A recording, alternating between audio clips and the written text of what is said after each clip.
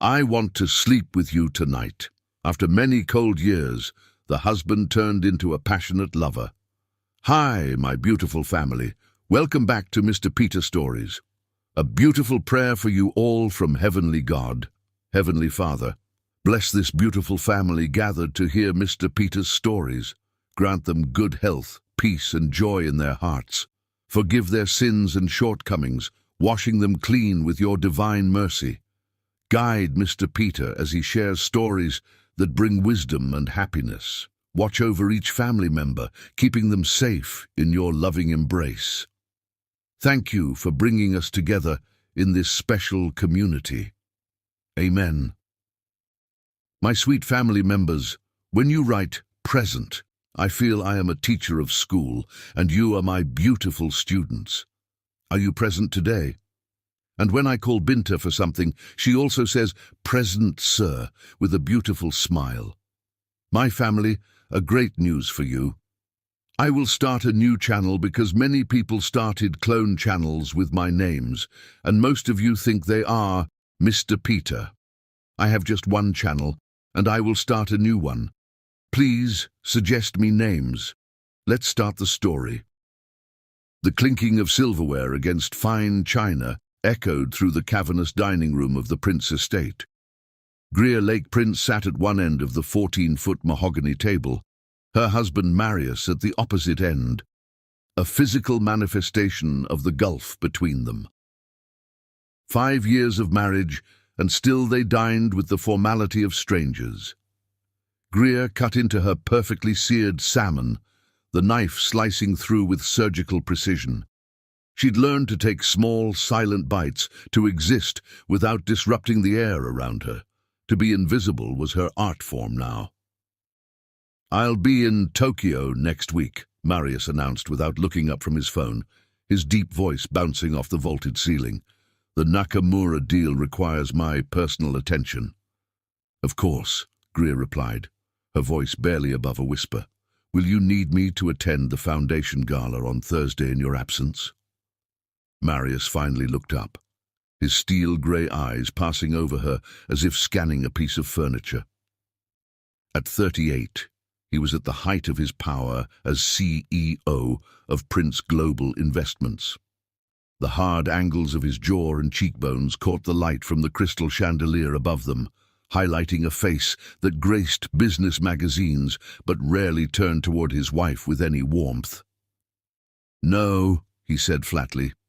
"Thaddeus can represent the family interests. There's no need for you to be there. There's no need for you anywhere."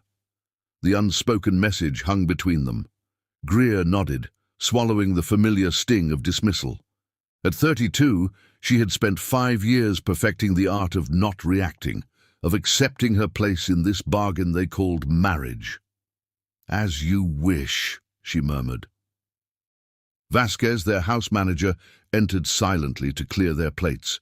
His eyes flickered sympathetically toward Greer before resuming his professional detachment. "Will there be anything else, Mr. Prince?" "Bring the Macallan to my study," Marius commanded, standing abruptly.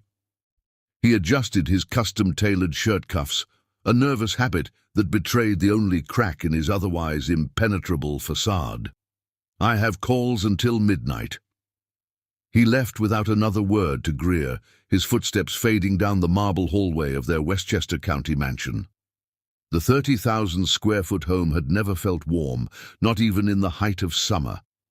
Its stark white walls and minimalist decor, Marius's choice, not hers, only amplified the emotional vacuum inside.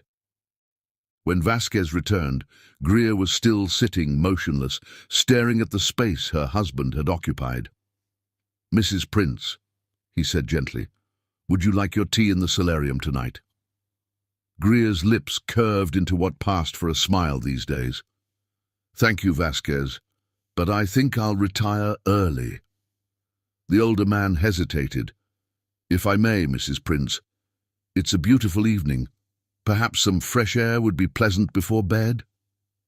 His kindness nearly broke her. In a house full of staff who maintained Marius's preferred distance, Vasquez alone, seemed to see her fading away day by day. "Perhaps tomorrow," she replied, rising from the table with practiced grace. Upstairs, in her separate bedroom suite, Greer stood before the floor-to-ceiling windows overlooking the manicured grounds.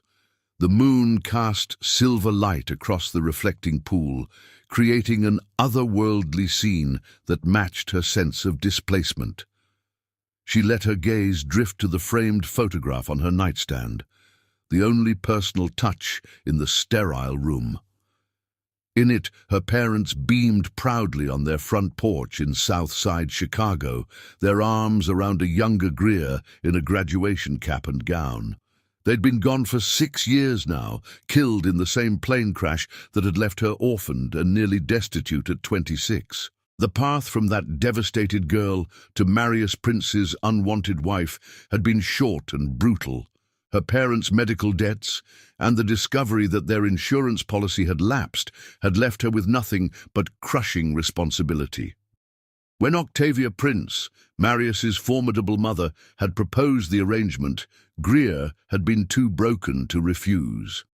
"My son needs a wife of appropriate background to satisfy the board before his ascension to CEO," Octavia had stated clinically over tea in her Manhattan penthouse. "You need financial security and the clearance of your parents' debts. This is a mutually beneficial arrangement, Miss Lake." What Octavia hadn't mentioned was that Greer would be replacing Valencia Montenegro, the fiery socialite who had left Marius at the altar 3 weeks before their wedding, the woman he had actually loved. The intercom beside Greer's bed buzzed, startling her from her memories. "Yes," she answered. "Mrs. Prince, your mother-in-law is on line 1, came the voice of the night assistant. Greer suppressed a sigh. "Put her through, please." The phone rang once before Octavia Prince's commanding voice filled the room. "Greer, I've just heard from Kingsley at Vogue that you declined their profile piece for the power couples issue." No greeting, no pleasantries. Octavia never wasted time on social niceties she deemed unnecessary. "Good evening, Octavia," Greer replied, sitting on the edge of her bed. "I declined because Marius has made it clear he doesn't want media attention on our personal lives." "Nonsense! This is exactly the type of press coverage we need before the Hudson River development announcement. The board responds well to the stability you represent. A prop, a cardboard cutout to stand beside him for photographs."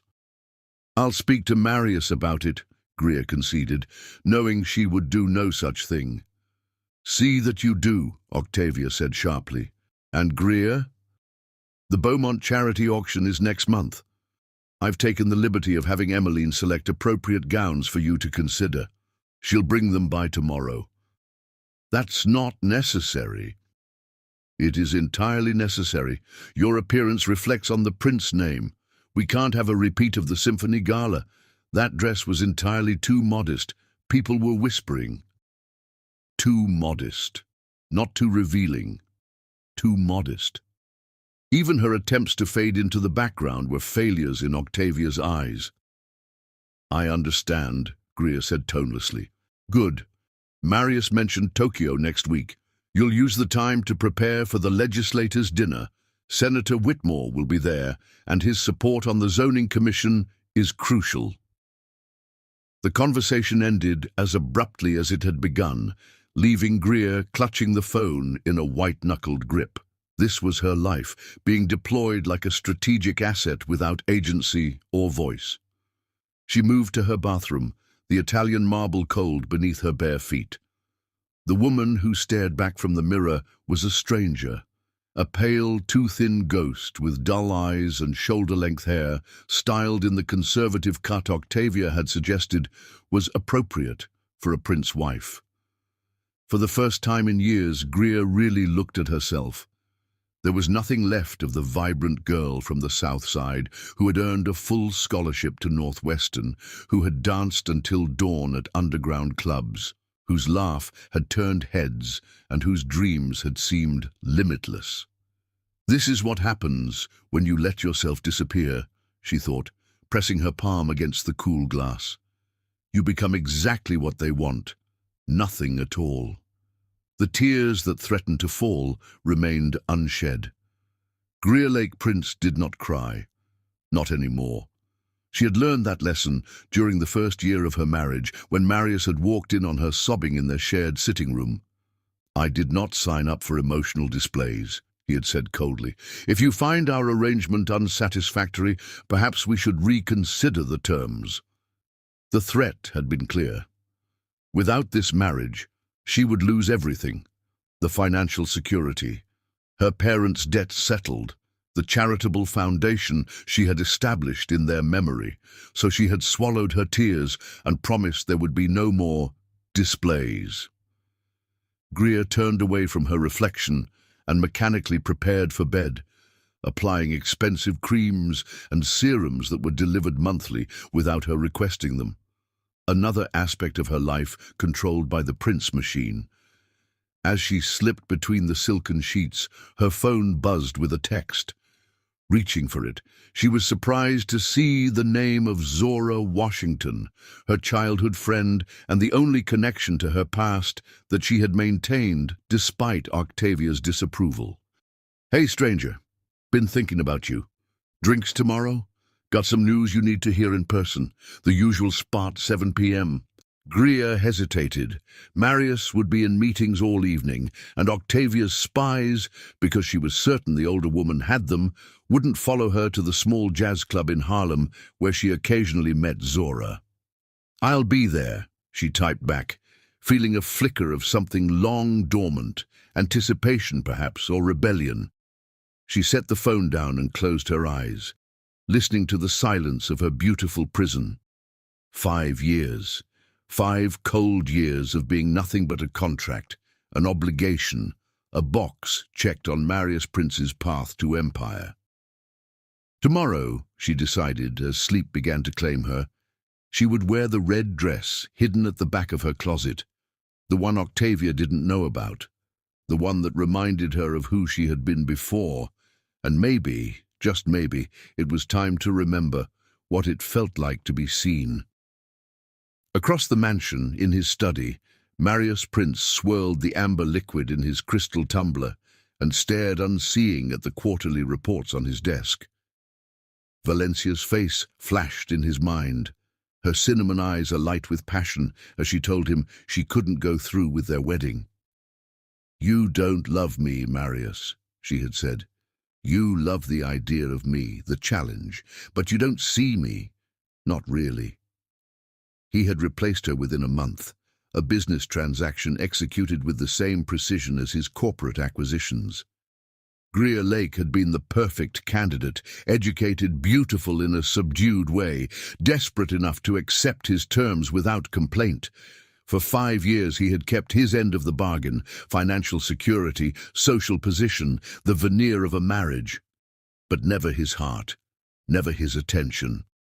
Those had been buried with his feelings for Valencia, locked away where they couldn't interfere with what mattered: power, control, success. He didn't hate Greer. He simply felt nothing at all when he looked at her, which was rarely and never for long. She was furniture in his life, a necessary accessory that faded into the background of more important matters. And that, Marius Prince told himself as he drained his glass, was exactly how things would remain. Chapter 2. Metamorphosis. "You look like shit," Zora Washington declared, setting down 2 martinis on the small table tucked into the corner of Blue Note, the jazz club where Greer had been meeting her oldest friend for years. Greer's lips quirked into something resembling a smile. "Hello to you too." "I'm serious, G." Zora slid into the seat across from her, dark eyes appraising. As a top fashion photographer, Zora had an eye for detail that missed nothing. "You've lost more weight. Your skin's dull. And your eyes—" She shook her head. "Girl, your eyes look dead." The truth landed like a physical blow. Greer reached for her martini, the red dress she'd rebelliously worn, suddenly feeling like a costume rather than the statement she'd intended. "I'm fine," she said automatically, the lie practiced to perfection. "Bullshit." Zora leaned forward, her voice dropping. "What's that bastard doing to you?" "Marius isn't doing anything to me," Greer sighed. "That's rather the point. He doesn't do anything, doesn't say anything, doesn't see anything. I simply exist in his peripheral vision. So leave him." The suggestion hung between them, dangerous and impossible. Greer swirled the olive in her drink. "You know I can't." "Can't or won't," Zora challenged. "The Greer Lake I grew up with wouldn't have let any man, no matter how rich or powerful, turn her into a ghost." The band started playing, a smoky rendition of "I Put a Spell on You" that seemed to wrap around Greer's throat, making it hard to breathe. "You said you had news," she deflected. Zora's expression shifted from confrontational to excited. "I got the Vogue contract. 3 spreads, complete creative control, and a 6-figure payday." She reached across the table to squeeze Greer's hand. "And I want you to be my legal advisor on the deal." "Me?" Greer blinked in surprise. "But I haven't practiced law in 5 years." "So? You graduated top of your class from Northwestern. You passed the bar in 3 states. Your brain didn't stop working just because you married into the Prince Empire." Zora's gaze was unflinching. "Unless you've let that part of yourself die too." The words hit with surgical precision, cutting through the layers of numbness Greer had carefully constructed around herself. "I wouldn't even know where to begin," she whispered. "Yes, you would." Zora pulled a thick folder from her bag and slid it across the table. "The contract's in there. Look it over. I don't trust those Manhattan sharks, but I trust you." Before Greer could protest further, Zora signaled the waitress for another round. "Now about that makeover." "What makeover?" Greer asked warily. "The one you're getting, starting tomorrow." Zora's tone brooked no argument. "I've booked you at Dario's gym. He's a miracle worker who trains half of Broadway and the other half of the Victoria's Secret runway. You're going 5 days a week. Zora, I can't just—" "You can, and you will," her friend cut her off. "I'm also taking you to Marcel for a complete hair overhaul. Those soccer mum layers are criminal." "Octavia selected this hairstyle," Greer said defensively. "She thought it was appropriate for a 60-year-old society matron, maybe." Zora rolled her eyes. "Octavia Prince is turning you into her personal Stepford wife, and you're letting her." The second martini arrived, and Greer took a gulp, feeling the alcohol burn down her throat. When was the last time she'd had more than a polite sip of wine at a charity function? When was the last time she'd felt anything burn? "Why are you doing this?" she asked finally. Zora's expression softened. "Because I miss my friend, the real Greer Lake, fierce, brilliant, unstoppable. The girl who destroyed the debate team at Whitney Young, who got into Northwestern on pure talent when the rest of us could only dream. The woman who wasn't afraid of anything." "She's gone," Greer whispered. "No." Zora shook her head firmly. "She's buried, and it's time to dig her up." 3 weeks later, Greer stood in Dario Rodriguez's private gym, sweat dripping down her face as she punched the heavy bag with everything she had. "Harder!" Dario commanded, his muscular arms crossed over his chest. "You're not at some society tea party. Hit it like you mean it." Greer gritted her teeth and drove her fist into the bag again, the impact jarring up her arm. The pain felt clarifying, awakening nerve endings long dormant. "That's it," Dario nodded approvingly. "Now imagine it's someone who hurt you, who made you feel small." Unbidden, Octavia Prince's imperious face flashed in Greer's mind. Then Marius's indifferent profile. With a visceral cry she didn't recognize as her own, Greer unleashed a series of blows that sent the bag swinging wildly. "Time," Dario called, looking impressed. "Not bad for a society princess. We'll make a warrior out of you yet." Gasping for breath, Greer sank onto a nearby bench. Her muscles screamed in protest, a delicious, unfamiliar ache that proved she was alive, that she still had a body capable of strength. "Same time tomorrow?" she asked, surprising herself. Dario's eyebrows shot up. "I thought 3 times a week was all your schedule allowed." "Things change," Greer replied, reaching for her water bottle. "I want to come every day. Your body will hate you." "My body and I need to get reacquainted anyway." For the first time in years, Greer returned to the Prince mansion feeling something other than resignation. Her skin tingled with endorphins, her mind clearer than it had been in months. She slipped in through the side entrance, hoping to avoid Vasquez or any of the other staff who might report her disheveled state to Octavia. The last thing she needed was her mother-in-law questioning why the proper Mrs. Prince was sweating like a common laborer. Making it to her suite undetected, Greer stripped off her workout clothes and stepped into the shower, letting the hot water sluice over muscles that already felt different, harder, more alive. As steam filled the bathroom, she made a decision. Reaching for her phone, she called Zora. "That tattoo artist you mentioned," she said without preamble. "Is he available this weekend?" Zora's delighted laugh was answer enough. By the 2-month mark, Greer barely recognized herself in the mirror. Dario's punishing regimen had transformed her body, replacing frail thinness with lean muscle. Her collarbones still stood out, but now they framed strong shoulders and arms defined by countless hours of weight training. Her hair, once a mousy shoulder-length bob, now cascaded down her back in glossy dark waves, the ends dipped in a subtle blue that caught the light when she moved.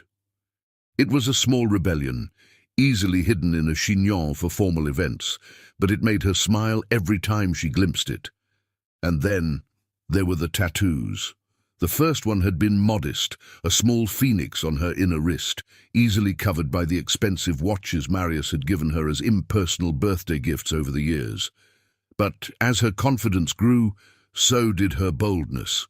Now, a magnificent dragon curved along her ribcage, its tail wrapping around to her back, where delicate cherry blossoms scattered across her shoulder blade.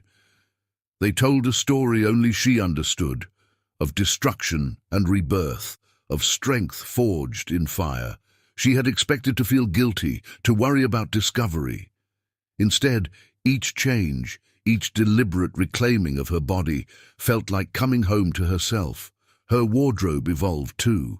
Gone were the conservative St. John's suits and modest Carolina Herrera dresses that Octavia approved. In their place, Greer began selecting pieces that showcased her new physique. Still elegant, but with an edge that made heads turn. Even Vasquez had noticed, his eyes widening appreciatively when she'd descended the stairs in a form-fitting black dress with a daring cutout that revealed just a hint of the dragon's tail along her side. "Mrs. Prince," he'd said, recovering quickly, "you look different." "Thank you, Vasquez," she'd replied with a genuine smile. "I feel different." The Prince Technologies charity gala had been her first public appearance since beginning her transformation. She'd chosen a dark emerald gown that clung to every new curve, its high collar a deceptively modest contrast to the entirely backless design. With her hair swept up, the cherry blossoms across her shoulder were impossible to miss. The collective gasp when she'd entered the ballroom had been worth every punishing hour in Dario's gym, every moment of pain under the tattoo needle. Octavia had been livid, her face a frozen mask of displeasure as she'd cornered Greer by the ladies' room. "What do you think you're doing?" she'd hissed. "Those vulgar markings are visible to everyone." The Whitmore Foundation director nearly swallowed his tongue. "Good," Greer had replied calmly. "Perhaps it will give him something to think about besides offshore tax havens." "This behavior is unacceptable. What will Marius say?" The question had hung between them, almost comical in its absurdity. Marius barely spoke to her at all. He had been in Tokyo for the past 2 weeks, then straight to London without so much as a phone call. "I don't particularly care what Marius says," Greer had answered, surprising herself with the truth of it. "The prince name has had use of my body for 5 years. I'm reclaiming it." She'd walked away then, leaving Octavia sputtering in shock.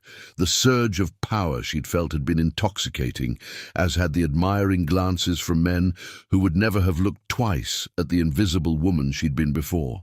For the first time, Greer understood that her cage had been partially of her own making. She had accepted the terms of her imprisonment so completely that she'd stopped testing the bars. Now, standing in her bedroom as she prepared for the governor's ball, an event Marius would actually attend, having returned from Europe yesterday, Greer contemplated her reflection with critical eyes.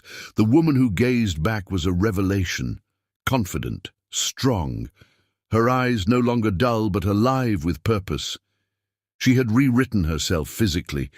It remained to be seen if she could rewrite her future as well. The dress she'd chosen for tonight was her most daring yet, a blood-red silk that moved like water, cut to accentuate every curve Dario had helped her sculpt. The halter neckline drew attention to her toned shoulders and arms, while the low back would reveal the full glory of her cherry blossom tattoo. "Mrs. Prince," came Vasquez's voice through the intercom. "The car will be ready in 15 minutes. Mr. Prince asks that you meet him in the foyer."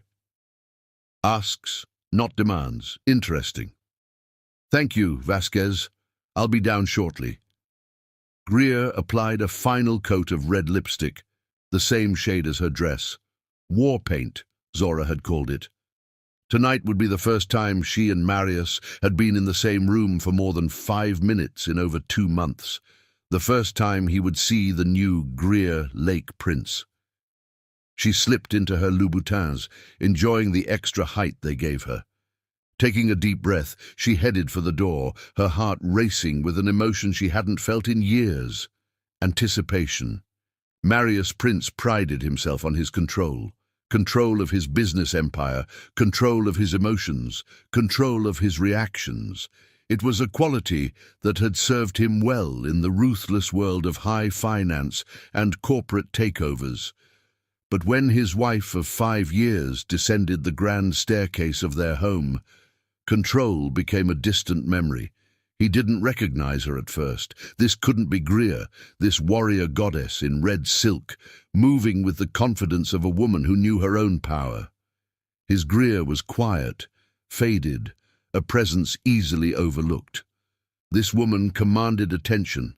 Her body, once frail to the point of concern, not that he'd expressed it, now curved in ways that made his mouth go dry. Muscle definition showed in her arms and shoulders, still feminine but undeniably strong. And then there were the tattoos, intricate artwork curved across skin that had once been a blank canvas. When had this happened? How had he not noticed? "You're staring, Marius," she said, her voice lower and more confident than he remembered. "Is something wrong?" He cleared his throat, struggling to regain his composure. "Your back is exposed. The tattoo is inappropriate for the governor's ball." She raised an eyebrow, unintimidated. "The governor's wife has a full sleeve of tattoos herself. I doubt she'll be scandalized." "My mother will be there, and won't that be interesting?" Greer smiled, a predatory curl of lips that he'd never seen before. "Shall we go?" "We wouldn't want to be late." Without waiting for his response, without seeking his approval as she always had before, she swept past him toward the door. The scent of her perfume, something new and intoxicating, lingered in her wake. Marius followed, off balance in a way he hadn't experienced since Valencia had walked out on him all those years ago. Throughout their marriage, he had maintained careful distance from Greer, seeing her as nothing more than a necessary component of his public image. Now, as he watched other men's eyes follow his wife as she entered the ballroom of the Waldorf Astoria, something unfamiliar and dangerous stirred in his chest. Desire, jealousy, possession. All evening, heads turned as Greer moved through the crowd. She spoke with animation to senators and business leaders who had previously overlooked her. She laughed. When had he last heard her laugh? And the sound drew attention from across the room. "Your wife is quite transformed," remarked Howard Whitmore, sliding up beside Marius at the bar. "Barely recognized her. She was always a beauty, of course, but now—" The older man let out a low whistle. "She's magnificent." Marius's hand tightened around his scotch glass. "Indeed." "Lucky man," Whitmore continued, oblivious to the tension radiating from Marius. "Half the men here are wondering how a cold fish like you managed to land a woman like that." The casual insult struck home with uncomfortable accuracy. Marius had been a cold fish, deliberately so. He had married Greer as a business arrangement, never intending to develop feelings, never risking the vulnerability that came with emotional connection. Yet now, watching her accept an invitation to dance from Ricardo Vega, a notorious playboy with a string of broken engagements behind him, Marius felt something crack in his carefully constructed armor. Without conscious thought, he set down his drink and cut across the dance floor, inserting himself between Vega and his wife with barely concealed aggression. "I believe this dance belongs to me," he said, his voice arctic. Vega raised his hands in mock surrender. "Of course, Prince. Just keeping the lady entertained." He turned to Greer with a wink. "Until next time, beautiful." Marius's arm slid around Greer's waist, pulling her against him with uncharacteristic possessiveness. Her eyes widened slightly, but she allowed him to lead her into the dance, her body moving with newfound grace against his. "I wasn't aware you enjoyed dancing," she observed, the subtle scent of her perfume making it difficult for him to concentrate. "In 5 years, you've never once asked me." The accusation was subtle but unmistakable. Had he really never danced with his own wife, even at their wedding? Memory flickered. A perfunctory first dance, performed like a duty, his mind on the Thompson merger rather than the woman in his arms. He had treated their marriage like a business transaction from the very beginning. "You've changed," he said, instead of addressing her point. "Yes." No explanation, no apology. Just a simple acknowledgement of the obvious. "Why?" Her laugh was low and musical. "Why not? Did you imagine I would continue to fade away until I disappeared entirely? I never wanted you to—" "You never wanted me at all," she interrupted, her voice soft but edged with steel. "Let's not pretend otherwise, Marius. We both know why this marriage exists." The music swelled around them, forcing them closer together. He could feel the heat of her body through the red silk, could see the pulse beating at the base of her throat. Had she always been this alive, this vibrant, or had he simply refused to see it? "The contract didn't include transformation," he said, immediately regretting the coldness of his words. "The contract didn't include a lot of things," Greer replied, her eyes locked with his. "It didn't include fulfillment, or respect, or the slightest scrap of affection." Her smile was sad. "But I've stopped expecting those things from you." Before he could respond, the music ended. Greer stepped back from his embrace, the absence of her warmth leaving him unexpectedly bereft. "If you'll excuse me," she said politely. "Governor Holloway's wife wanted to discuss a literacy program I'm developing for underserved communities." She walked away, leaving Marius staring after her with the disconcerting sense that something valuable had slipped through his fingers, something he hadn't even known he wanted until now. For the rest of the evening, he found himself watching her. The confident tilt of her chin, the elegant line of her neck, the way men gravitated toward her like moths to flame. Some primal part of him wanted to stake his claim, to remind everyone, including Greer herself, that she was his wife. But was she? In any real sense? He had kept her at arm's length for 5 years, treating their marriage as nothing more than a convenient arrangement. He had no right to the jealousy coursing through him now, no claim to the stunning woman commanding attention across the ballroom. By the time they returned home, tension thrummed between them like a live wire. Greer kicked off her heels in the foyer, a casual gesture that seemed shockingly intimate after years of careful distance. "Quite an evening," she said, rolling her shoulders to ease the strain of hours in the fitted gown. The movement drew his eyes to the tattoo sprawling across her back, delicate cherry blossoms that seemed to cascade down her skin. Without thinking, Marius reached out, his fingers hovering just above the inked petals. "When did you get this?" Greer went still, her breath catching audibly. 6 weeks ago, she answered, not moving away from his almost touch. "Does it bother you?" "It's beautiful, unexpected, defiant, different." She turned to face him, the movement bringing his hand to rest against her bare shoulder. It was the first time he had touched her skin in... he couldn't remember how long. "Different seems to be my specialty lately." Her eyes met his, challenging.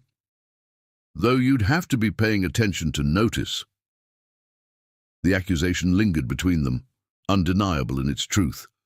He hadn't paid attention, not to her accomplishments with the foundation that bore his family's name, but ran on her efforts, not to her volunteer work at the literacy center in Brooklyn, not to her gradual disappearance as Octavia molded her into the perfect prince wife.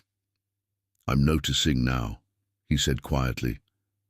Something flashed in her eyes, vulnerability quickly masked by the cool confidence she'd displayed all evening. Too little, too late. She stepped back, breaking the fragile connection between them. "Good night, Marius." He watched her climb the stairs, the red dress flowing behind her like a river of blood. Blood he had drawn with years of indifference, with the slow death of 1,000 cuts called neglect. For the first time in their marriage, Marius Prince felt something stir in his chest as he watched his wife walk away. Regret. Chapter 3. Battlefield of Desire.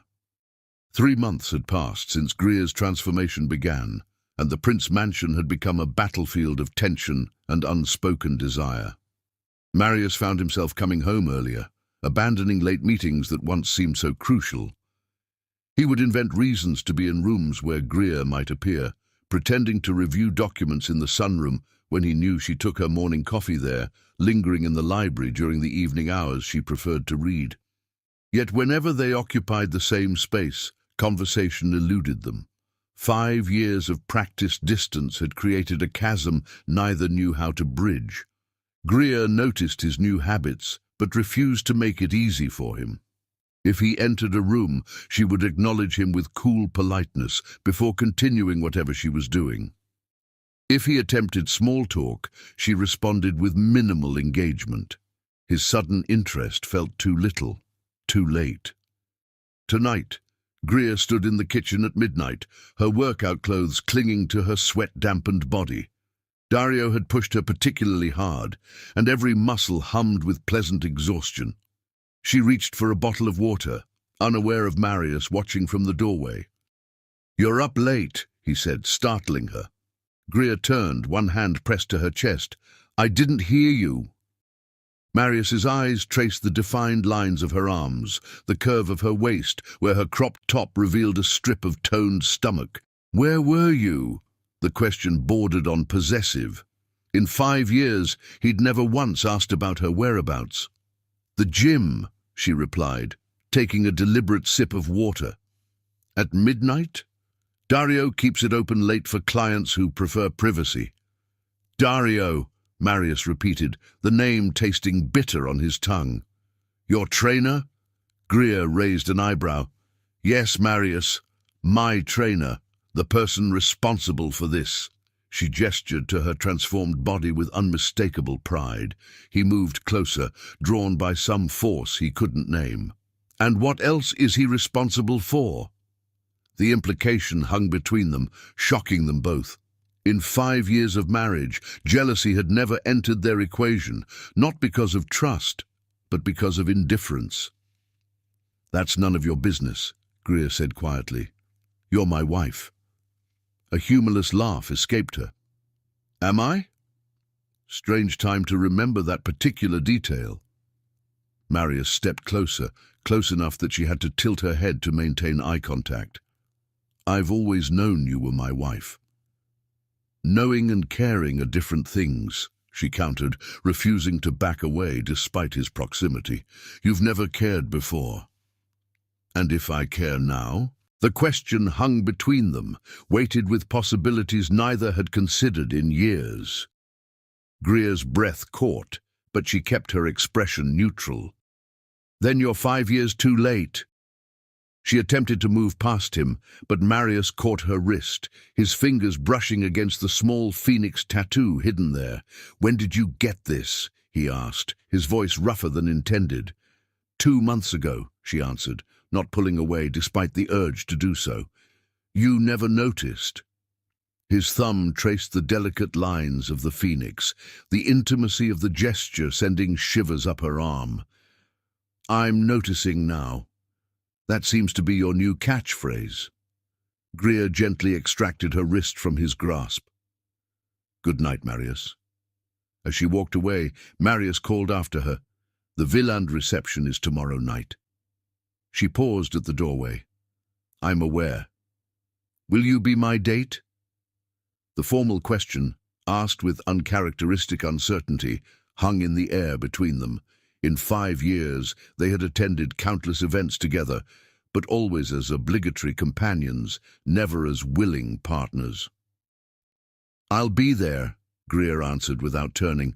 Whether I'm yours remains to be seen. The Villand reception was held at the Metropolitan Museum of Art, with New York's elite gathered among ancient artifacts and priceless paintings.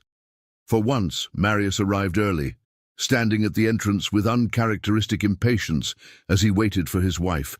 When Greer appeared, the air left his lungs in a rush. She wore a gown of midnight blue that clung to every curve before flowing into a dramatic train. Her back was fully exposed, revealing the dragon tattoo that curved around her ribs and the cherry blossoms scattered across her shoulder blades. But it was her confidence that truly arrested him, the way she held herself like a queen who needed no crown to command attention. You look... Words failed him for perhaps the first time in his adult life. Thank you, she replied with a slight smile, rescuing him from his uncharacteristic speechlessness. Shall we? Throughout the evening, Marius found himself distracted, his legendary focus shattered by the woman at his side. She spoke intelligently with museum benefactors, laughed genuinely with artists whose work was featured in the new exhibit, and garnered admiring glances from men who would have previously overlooked her. Your wife is remarkable, commented Eloise Villand, the evening's hostess. I had no idea she was so knowledgeable about contemporary art.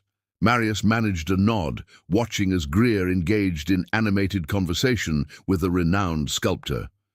Neither did I, he admitted. The realization struck him with unexpected force.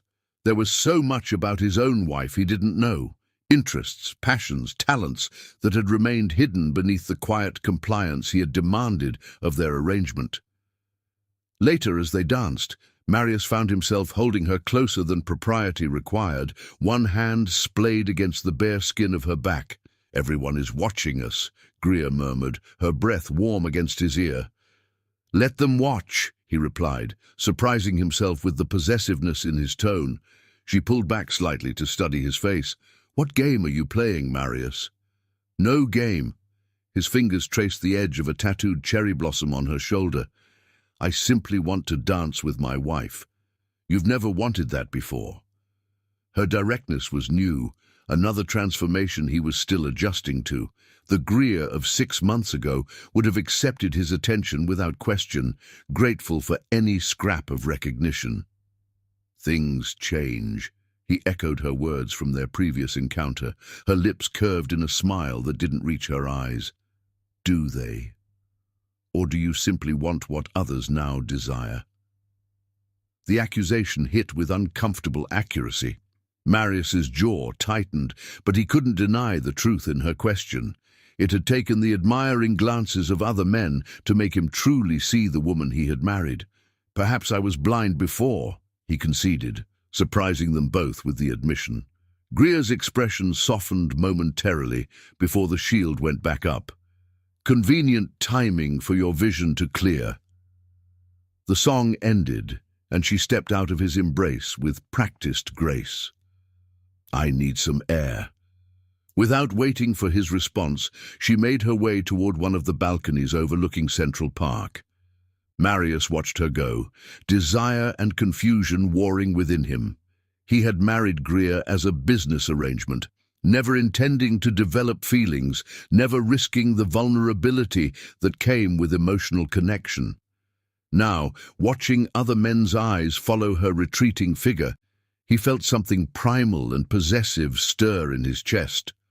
Following an impulse he would have dismissed as weakness 6 months ago, Marius went after her. The night air was cool, a welcome relief from the crowded gallery. Greer stood alone at the stone balustrade, her profile illuminated by the soft glow of the city below. She looked like a painting herself, all elegant lines and haunting beauty. "You left rather abruptly," he said, coming to stand beside her. "I needed space." "From the party or from me?" Her laugh held no humor. "Both, perhaps." Silence stretched between them, filled with unspoken tensions and newly awakened desires. "What happened to us, Greer?" he asked finally. She turned to face him fully, surprise evident in her expression.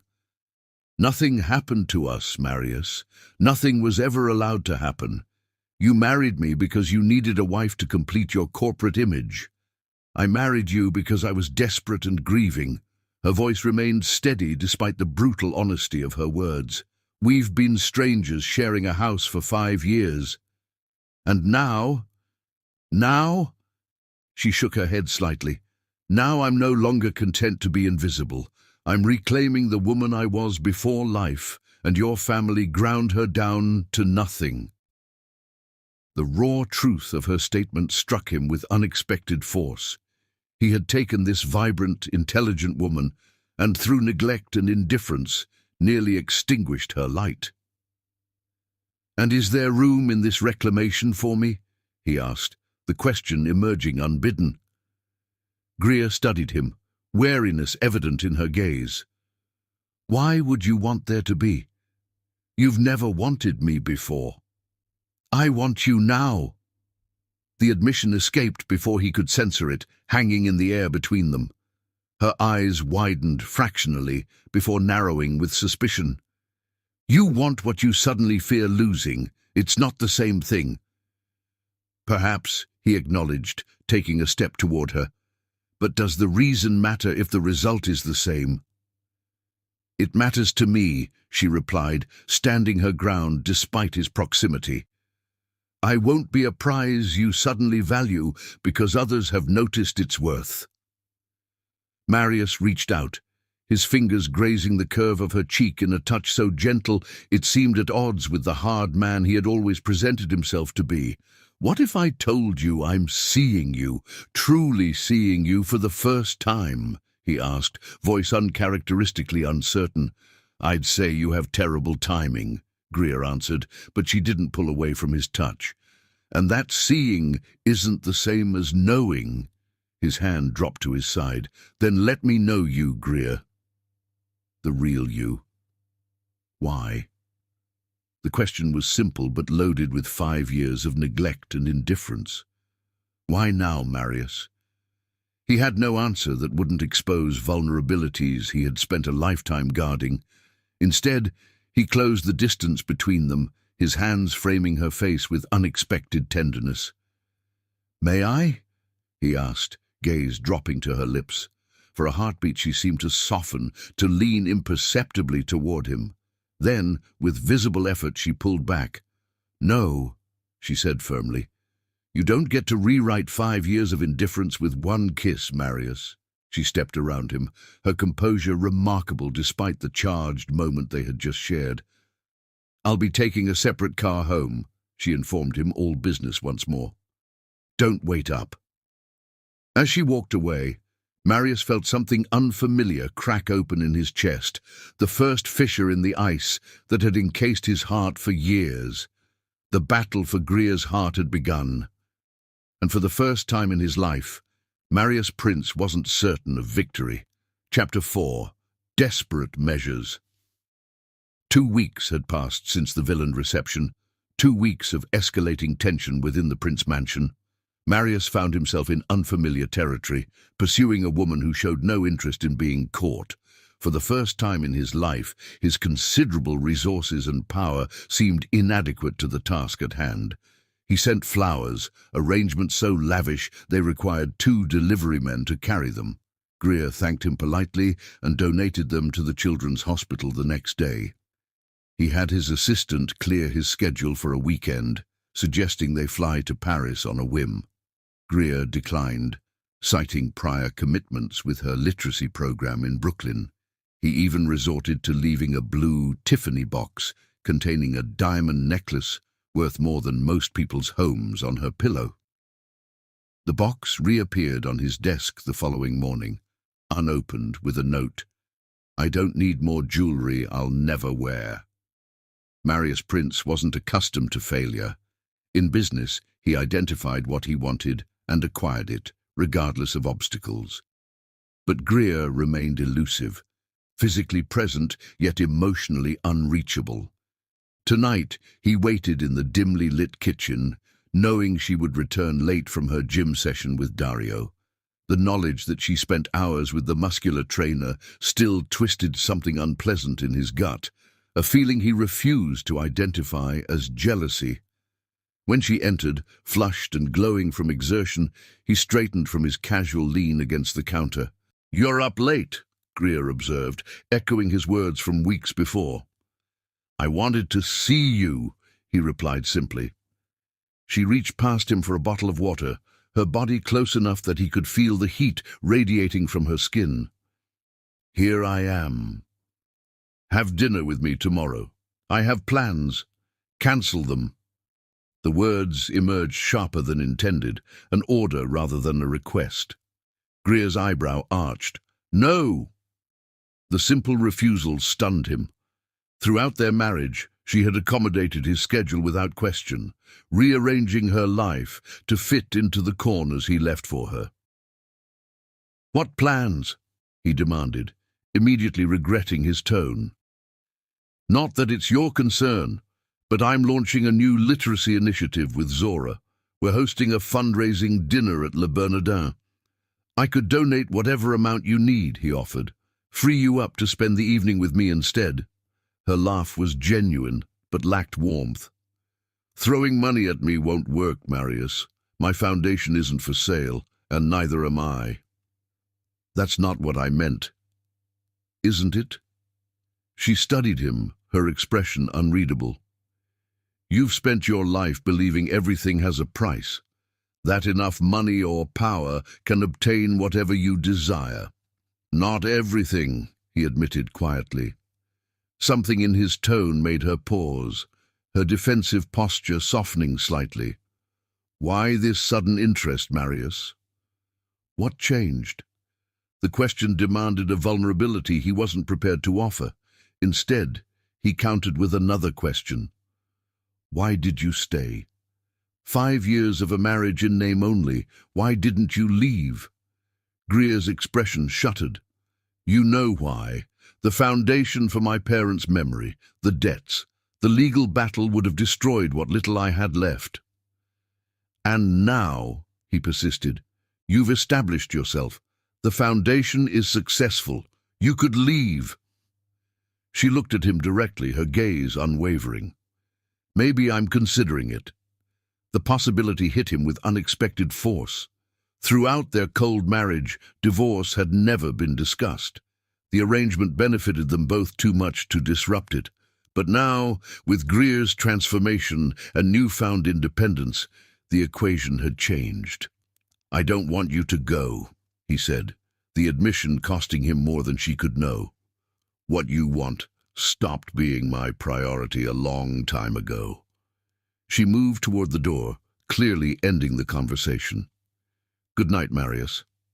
As she walked away, he called after her, "I'll be at your fundraiser tomorrow night." She paused, turning to face him with surprise. "As what?" "As your husband," he answered, "and as a donor." Suspicion clouded her features. "Why?" "Because it matters to you," he replied, surprising them both with his sincerity. For the first time in weeks, Greer's expression softened with something close to warmth. "Thank you," she said simply, before disappearing up the stairs. Marius stood alone in the kitchen, feeling as though he'd finally won a small but significant victory. Le Bernardin glittered with New York's elite, not the usual corporate titans and socialites of Marius's world, but artists, writers, educators, and advocates drawn by Greer and Zora's vision of literacy programs for underserved communities. Marius stood at the edge of the crowd, observing his wife in her element. She moved through the room with graceful confidence, her passion evident as she described the initiative to potential donors. The black jumpsuit she wore was elegant but understated, allowing her ideas, rather than her appearance, to command attention. "Well, well," came a familiar voice beside him, the Ice King himself, mingling with the commoners. He turned to find Zora Washington regarding him with open skepticism. "Zora," he acknowledged with a nod. "It's been a while." "5 years, give or take," she replied coolly. "Funny how you only started showing up when Greer stopped fading into the background." Her directness was refreshing after years of people deferring to him out of fear or ambition. "You've always spoken your mind. Someone needs to." She sipped her champagne, eyes never leaving his face. "What's your game, Prince? Suddenly playing the devoted husband after years of treating her like furniture." "It's not a game." "Everything's a game to men like you," Zora countered. "Life's just a series of acquisitions and power plays. But Greer isn't a company you can buy when its stock becomes valuable." The accuracy of her assessment stung more than he cared to admit. "You don't know me." "I know what you did to my best friend," she replied, voice low with contained anger. "I watched her disappear a little more every day for 5 years, trying to be what you and your mother wanted. Do you have any idea what that does to a person?" Before he could respond, Greer appeared at Zora's side, her smile faltering slightly when she saw them together. "Everything okay here?" she asked, eyes moving between them. "Perfect," Zora assured her with a smile that didn't reach her eyes. "Just getting reacquainted with your husband." She squeezed Greer's arm. "I need to check on the auction items. Don't let him write a check big enough to buy your forgiveness." With that parting shot, she disappeared into the crowd, leaving an uncomfortable silence in her wake. "She's protective," Greer said finally. "With good reason, apparently," Marius replied, surprising her with the admission. "She seems to think I've treated you badly." "Haven't you?"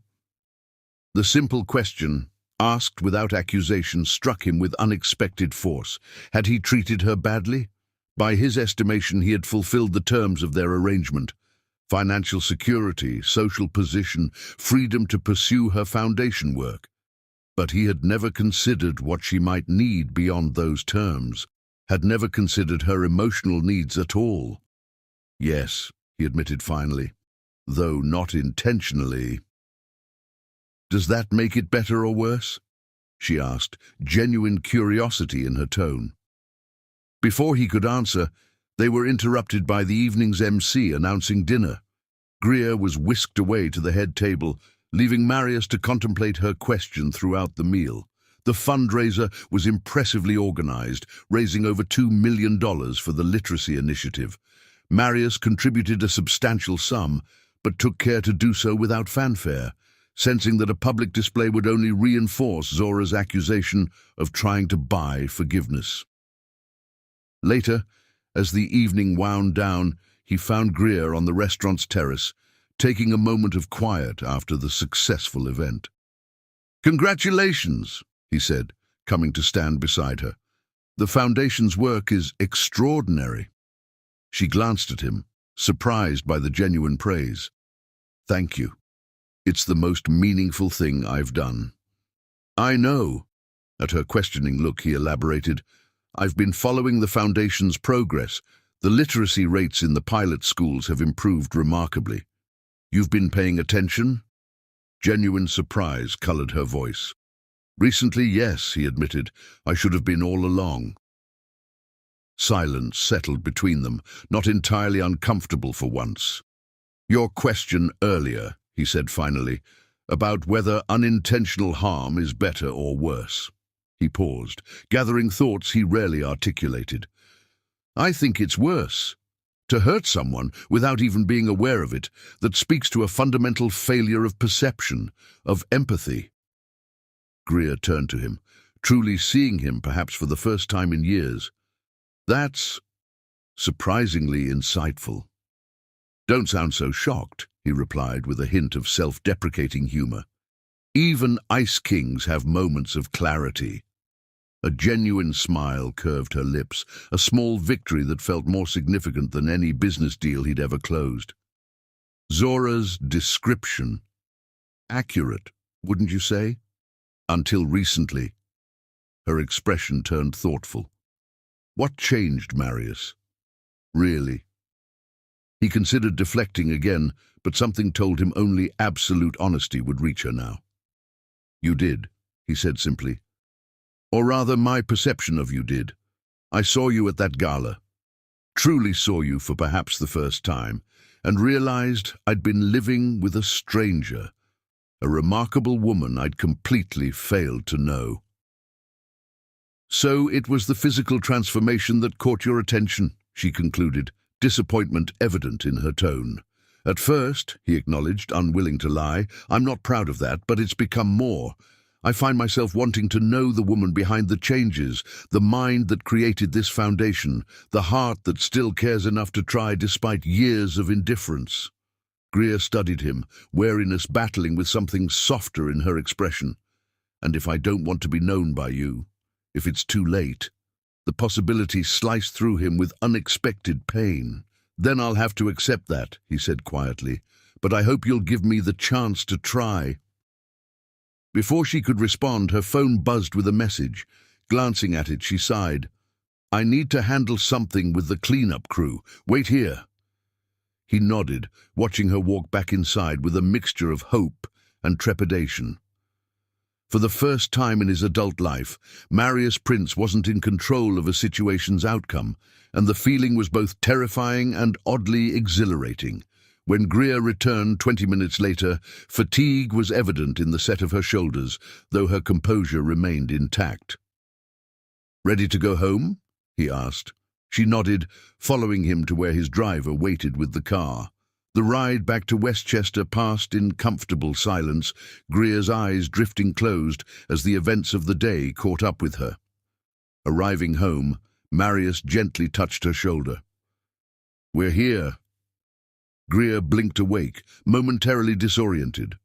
Without thinking, he helped her from the car, his hand supporting her elbow in a gesture that felt both foreign and natural. In the foyer, she turned to him with a tired smile. "Thank you for coming tonight. It meant something to the Foundation." "To the Foundation," he repeated. "Not to you." She hesitated, then offered a small concession. "To me as well." Their eyes held for a moment, the air between them charged with possibilities neither had considered before her transformation. Then Greer took a step back, breaking the tentative connection. "Good night, Marius." As she climbed the stairs, he called after her, "Have dinner with me tomorrow. Just us." She paused, looking back at him with an unreadable expression. "Why?" "Because I'd like to know my wife," he answered simply. "Better late than never."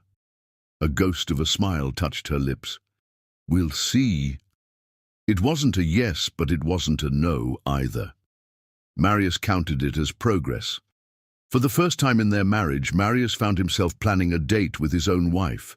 He spent hours ensuring every detail was perfect, selecting the restaurant himself rather than delegating to his assistant. choosing a private table overlooking Central Park, even arranging for her favorite flowers, information gleaned from Vasquez, who seemed unexpectedly supportive of his efforts. When Greer descended the stairs that evening, he felt his breath catch. She wore a simple black dress that emphasized her toned figure without ostentation, her hair swept up to reveal the elegant line of her neck. "You look beautiful," he said, the compliment genuine rather than perfunctory. "Thank you," she replied, her expression guarded but not unwelcoming. "Where are we going?" "That's a surprise," he answered, offering his arm with uncharacteristic gallantry. To his surprise, she accepted it, her touch light but present as they walked to the waiting car. At the restaurant, conversation flowed more easily than either had expected. Marius found himself genuinely interested in her foundation work, asking questions that revealed his growing respect for her vision. Greer, in turn, showed curiosity about his current business projects, offering insights that reminded him of her own sharp intelligence. "I forget sometimes that you have a law degree," he admitted, as they discussed a regulatory challenge his company faced. "Most people do," she replied with a wry smile, "including me for a while. Why did you never practice?" She traced the rim of her wineglass, considering the question. "At first, it was the grief after my parents died. Then the marriage. Octavia made it clear a prince wife didn't need a career." "And you accepted that?" he asked, genuinely curious. "The woman sitting across from me now doesn't seem like she would." "The woman sitting across from you now didn't exist then?" Greer answered simply. "I was drowning in grief and debt. Your mother offered a life raft and I took it." "At the cost of yourself," he observed quietly. Her eyes met his, surprised by his perception. "Yes." The simple acknowledgement hung between them, more intimate than any physical touch. "I'm sorry," he said, the words unfamiliar on his tongue. "For my part in that." Greer studied him, searching for sincerity and seemingly finding it. "Thank you." The evening continued, each revelation building a tentative bridge across 5 years of distance. When they returned home, something had shifted between them. Not forgiveness exactly, but perhaps the beginning of understanding. At her bedroom door, Marius resisted the urge to push for more than this fragile new connection could bear. "Thank you for tonight," he said instead. "It was surprisingly enjoyable," she admitted with a small smile. "High praise indeed," he replied, matching her lighter tone. "Would you consider doing it again?" She tilted her head, considering him with new eyes. "Perhaps." He accepted the ambiguous answer with a nod, knowing he had no right to expect more after years of neglect. "Good night, Greer." As he turned to leave, her voice stopped him. "Marius." He looked back, hope rising unbidden in his chest. "Why now?" she asked, the question that had lingered between them for weeks. "Is it just because others suddenly find me desirable? Because I'm not invisible anymore?" The raw vulnerability beneath her question struck him deeply. How many times had she wondered if she was truly unworthy of attention? If her value as a human being was conditional on her appearance or others' approval? "It started there," he admitted, choosing honesty over pride. "I'm not noble enough to claim otherwise, but it's become more." He took a step toward her, close enough to see the wariness in her eyes. "I find myself thinking about you, wondering what you're doing when we're apart, wanting to know your thoughts, your dreams, the parts of yourself you've kept hidden all these years." "Wanting isn't the same as deserving," she replied softly. "No," he acknowledged, "it isn't. I haven't earned your trust or your affection, but I'd like the chance to try." For a moment, something softened in her expression, a glimpse of the woman beneath the carefully constructed armor she now wore. Then it was gone, replaced by the cool composure he had come to both admire and regret. "Good night, Marius," she said, stepping into her room and closing the door gently but firmly between them. Alone in the hallway, Marius Prince confronted an unfamiliar emotion, determination not born of ambition or pride, but of genuine desire to earn what he had carelessly discarded for 5 years. His wife's heart. Chapter 5. Breaking Point. 3 months had passed since Greer's transformation began. 3 months of Marius watching his wife become someone new, confident, vibrant, desired by others. 3 months of him trying to reclaim what he'd never truly valued before. Tonight, the tension that had been building between them reached its breaking point. Greer returned home late from a charity event she'd attended alone, her heels clicking against the marble floor of the foyer. She hadn't expected Marius to be waiting in the darkened living room, a tumbler of scotch in his hand. "You're still up," she observed, setting down her clutch. Marius rose from his chair, his eyes taking in the sight of her in the form-fitting black dress that accentuated every curve of her transformed body. "I couldn't sleep." "That's unusual for you." She moved toward the stairs, ready to end what promised to be another strained conversation. "Good night, Marius." "Wait." The command in his voice stopped her. "We need to talk." Greer turned, one eyebrow raised. "About us?" "There is no us," she replied coolly. "There never has been." He closed the distance between them, close enough that she could smell the expensive scotch on his breath. "You're my wife." "On paper," she countered. "We both know this marriage has been nothing but a contract." "And if I want more?" The question hung between them, loaded with possibilities neither had considered until her transformation began. Greer laughed, a bitter, beautiful sound. "Now you want more?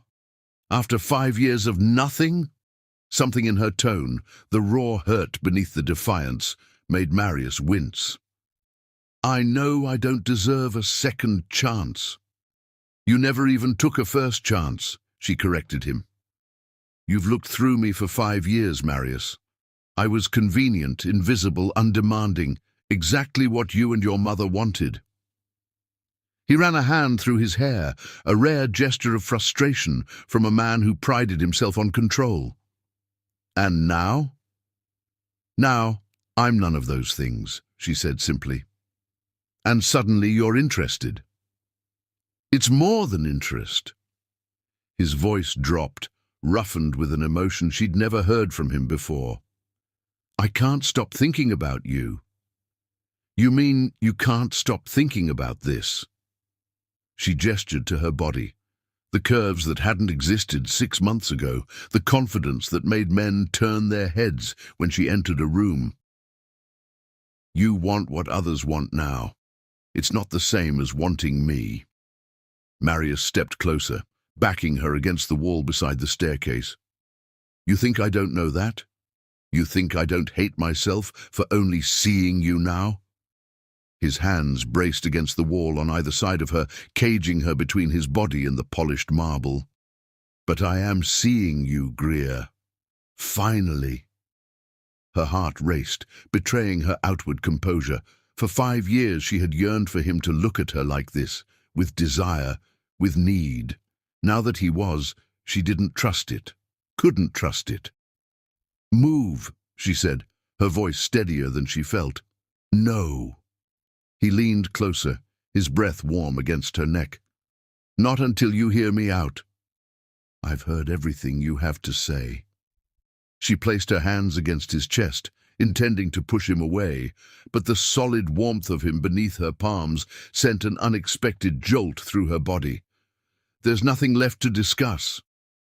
"There's everything left," he insisted, one hand moving to cup her face with surprising gentleness. 5 years of silence, 5 years of distance. I want to make up for lost time." His thumb brushed across her lower lip, the intimate gesture sending shivers down her spine. Greer fought against her body's traitorous response, against the part of her that still wanted this man despite years of neglect. "It's too late," she whispered. but the conviction in her voice wavered. Marius heard it. That moment of uncertainty.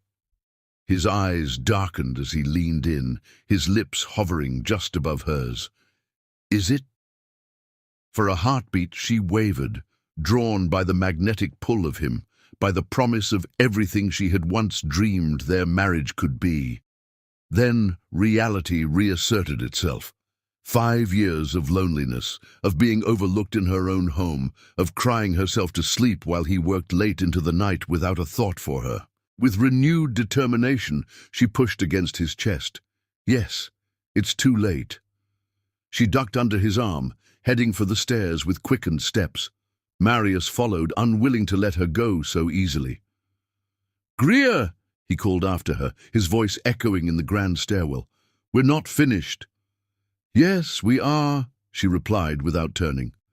"Go back to your Scotch, Marius. Go back to the life you've chosen for 5 years, the one that didn't include me as anything more than a convenient accessory." He caught up to her at the top of the stairs, his longer stride easily matching her hurried pace.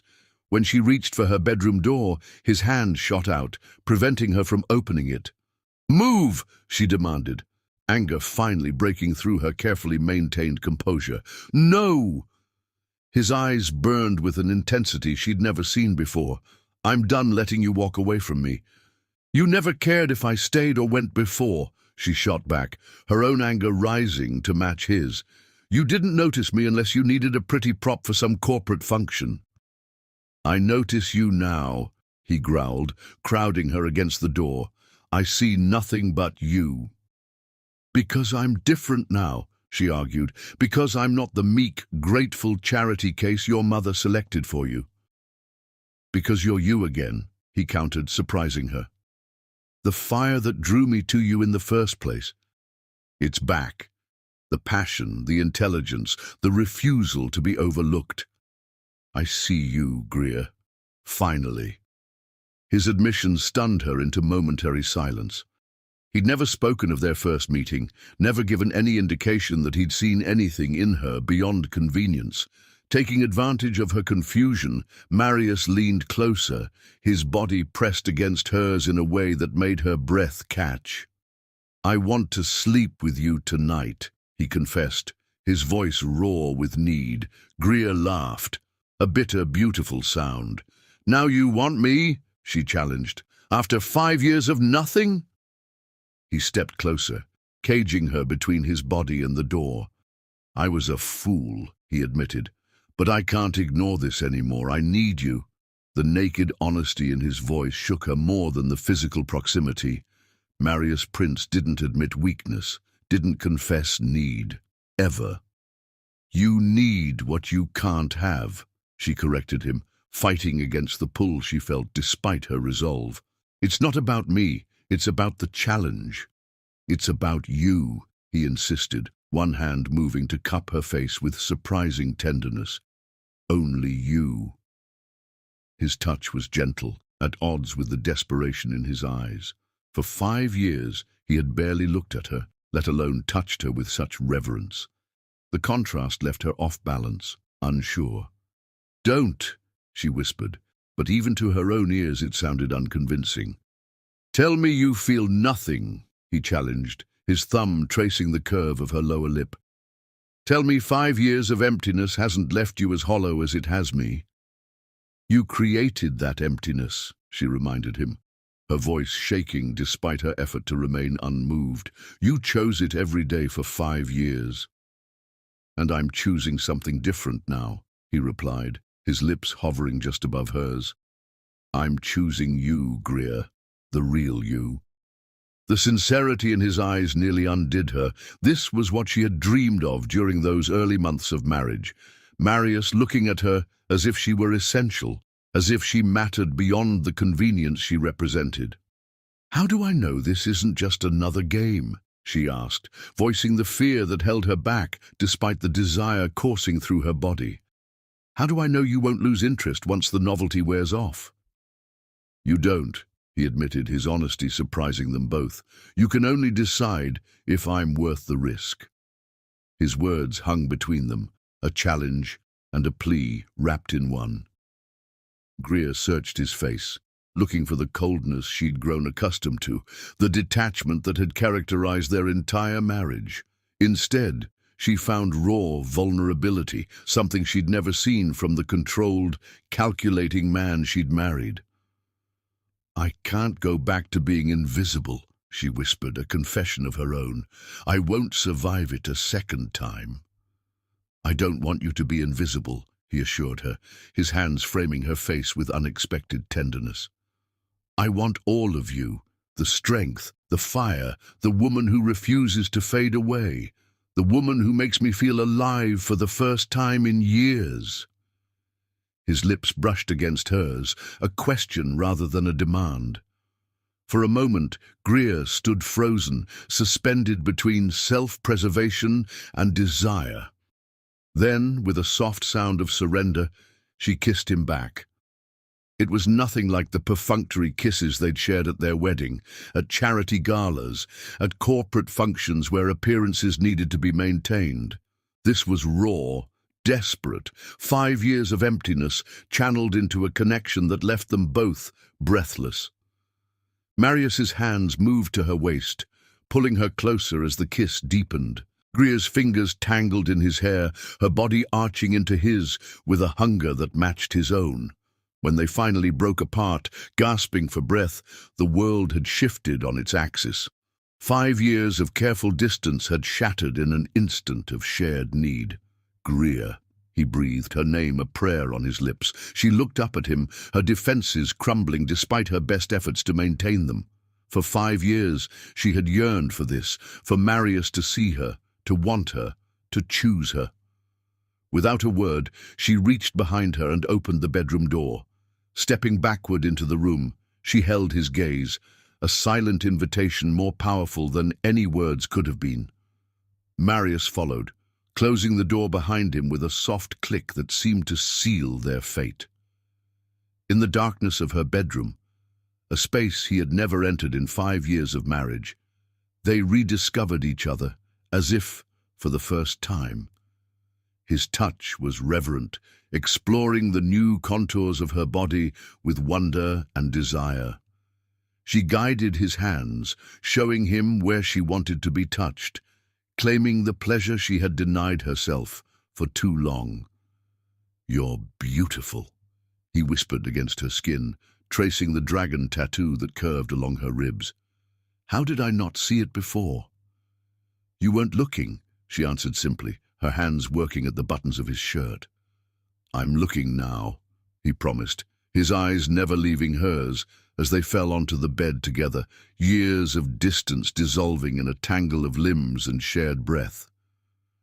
That night, they weren't just two people trapped in a contract. They were lovers, lost in a passion that had been buried for too long. But even as pleasure crested over her in waves, a small voice in the back of Greer's mind whispered a warning. Could she trust this sudden change of heart? Or would morning light bring regret and the return of the cold, distant man she'd been married to for 5 years? Only time would tell if this night was truly a new beginning, or merely a momentary escape from the emptiness that had defined their marriage for far too long. Chapter 6. Morning Light. Dawn filtered through the curtains, bathing Greer's bedroom in soft golden light. She stirred, consciousness returning slowly as the warmth of another body registered against her skin. For a moment, confusion clouded her mind, then memory rushed back. Marius, the confrontation in the hallway, his desperate confession, their night together. She kept her eyes closed, savoring the unfamiliar feeling of his arm draped across her waist, his breath warm against her neck. 5 years of marriage, and this was the first time they had shared a bed through the night. Beside her, Marius awakened, his body tensing slightly as awareness returned. She felt his hesitation, the slight withdrawal of his arm from her waist, and braced herself for rejection. This was the part where reality would reassert itself, where the passion of the night would dissolve in the harsh light of day. "Greer," he said softly, his voice rough with sleep. "Are you awake?" She opened her eyes, turning to face him. Yes. His expression was unreadable, grey eyes studying her with an intensity that made her heart race. She waited for him to speak, to establish the tone for whatever came next. He began, then faltered, a rare occurrence for a man who commanded boardrooms with unwavering confidence. Last night was a mistake, she supplied, defensive walls reconstructing themselves with practiced efficiency. No, he said quickly, surprising her. Not a mistake. But His gaze dropped, another uncharacteristic display of uncertainty. I stole that moment from you. The admission confused her. What do you mean? Marius sat up, sheets pooling around his waist as he ran a hand through his disheveled hair. I pushed you, cornered you, demanded what I had no right to ask for after 5 years of nothing. Understanding dawned as Greer studied him in the morning light. This wasn't the rejection she had feared, but something equally unexpected. Remorse. You didn't force me, she said carefully. I made my choice. After I backed you against a wall, he countered, self-recrimination evident in his tone. After I refused to let you walk away. She sat up as well, pulling the sheet around her body in a gesture that was more about regaining equilibrium than modesty. Why does this bother you now? You've always taken what you wanted without question. Because I don't deserve you, he whispered, the raw honesty in his voice catching her off guard. I never have. 5 years of marriage, and this was the most vulnerable she had ever seen him. The composed, calculating Marius Prince she knew had been replaced by a man grappling with emotions he seemed ill-equipped to handle. Why the sudden crisis of conscience, she asked, trying to understand this unexpected shift. He met her gaze directly, his expression more open than she had ever seen it. Because last night meant something to me. Something I didn't expect, something I don't have the right to claim after how I've treated you. The admission hung between them, charged with implications neither had anticipated. Greer studied him, searching for signs of manipulation or calculation, but finding only genuine remorse. What do you want from me, Marius? She asked finally, cutting to the heart of the matter. A night of passion to satisfy your curiosity. Permission to return to our carefully cultivated distance. What? I want a second chance, he said quietly. A chance to be the husband I should have been from the beginning. She laughed, though there was more sadness than humor in the sound. We never had a first chance. Our marriage was a business arrangement from day one. Financial security for me, a suitable corporate wife for you. It doesn't have to stay that way, he insisted, reaching for her hand, but stopping short of touching her, as if uncertain of his right to do so. We could start over. Try to build something real. The offer was everything she had once dreamed of hearing in those early months of marriage when hope had not yet been extinguished by his consistent indifference. Now it left her wary, suspicious of his motives and the timing of this apparent change of heart. Why now? She challenged. Is it just because I look different?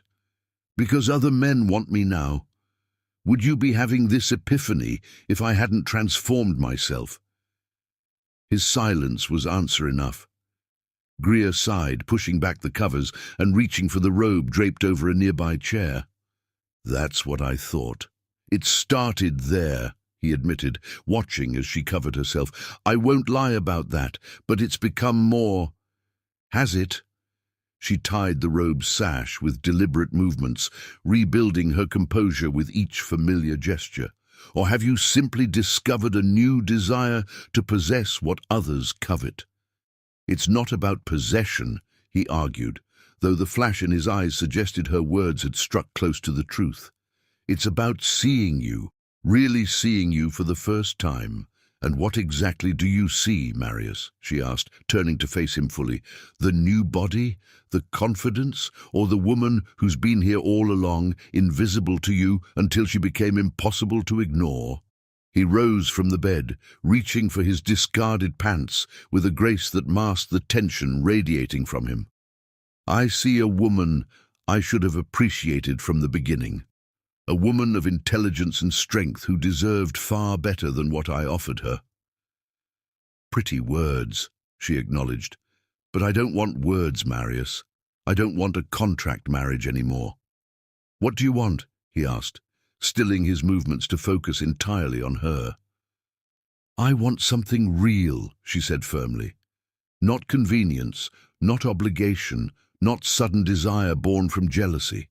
I want a marriage based on mutual respect and genuine connection.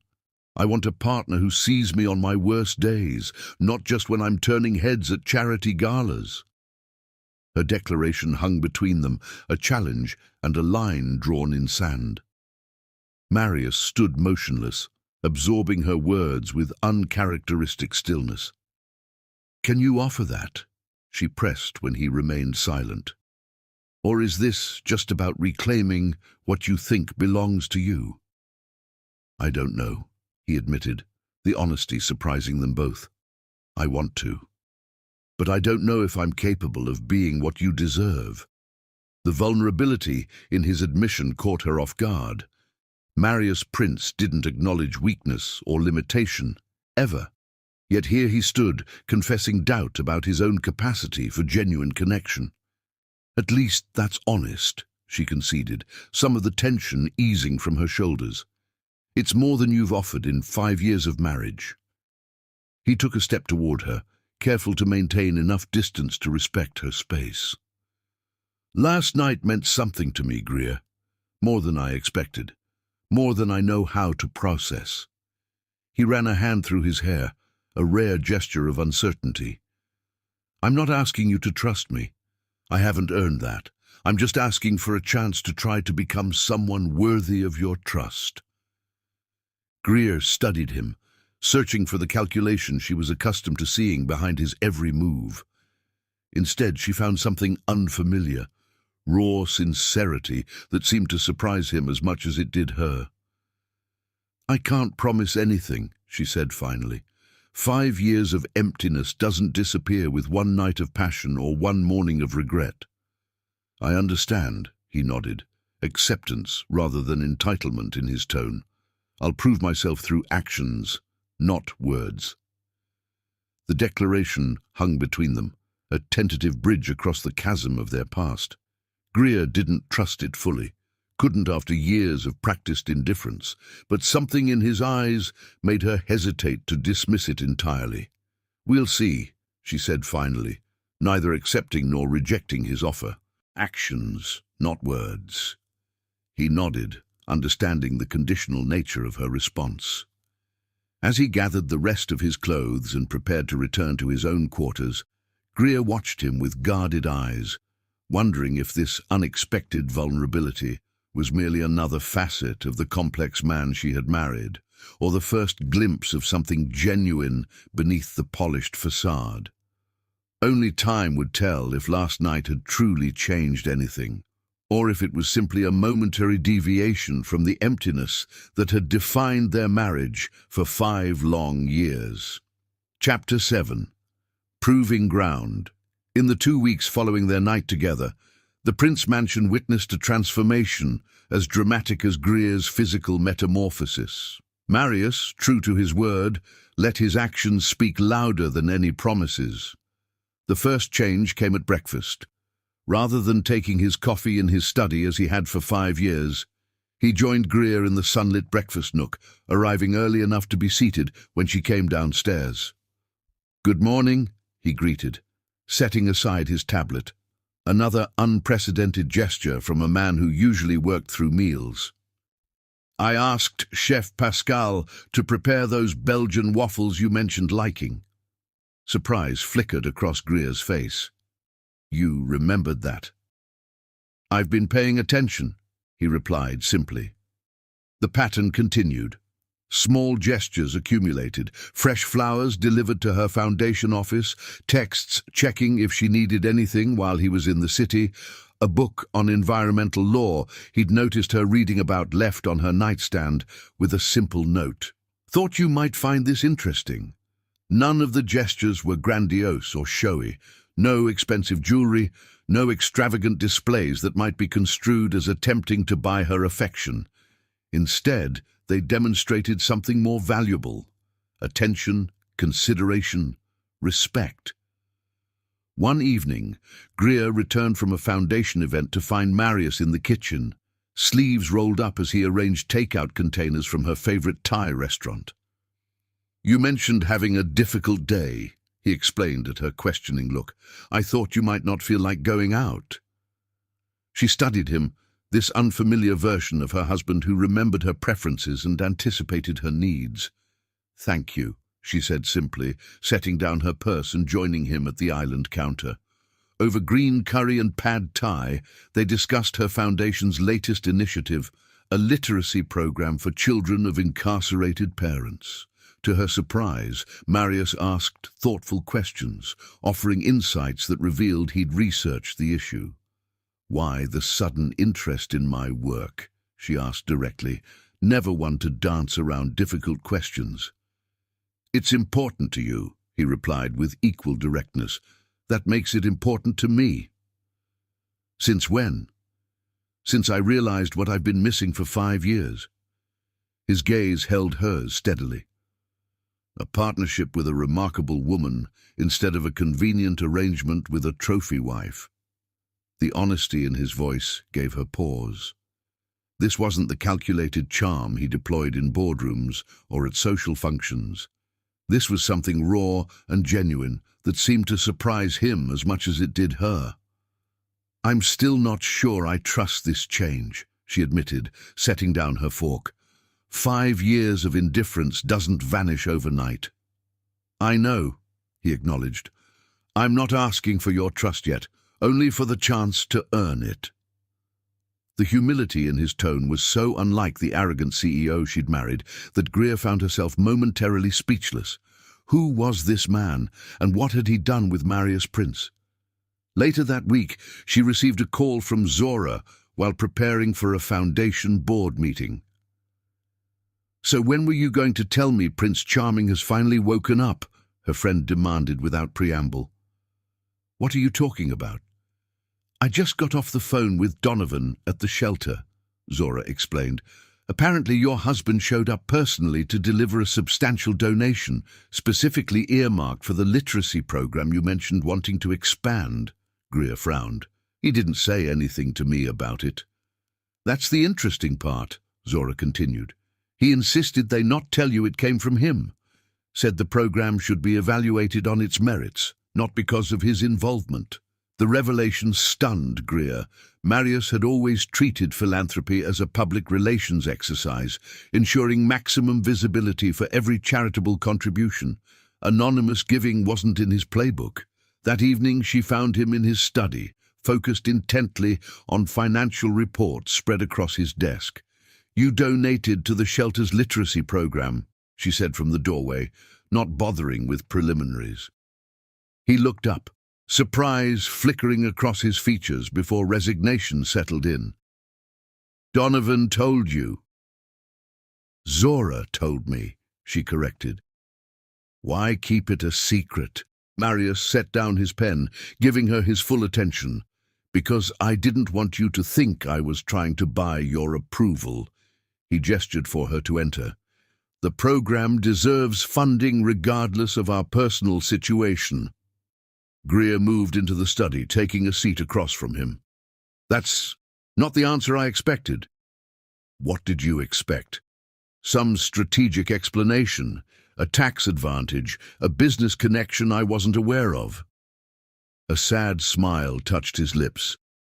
"You really do think the worst of me?"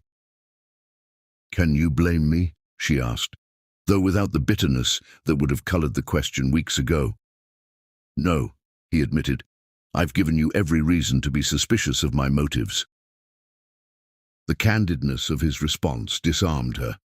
For 5 years, Marius had never acknowledged fault or error. His willingness to do so now spoke volumes about the change taking place within him. "Thank you," she said after a moment. "The program will help a lot of children." He nodded, not pressing for more, not demanding recognition for his gesture. Another departure from the man she had known.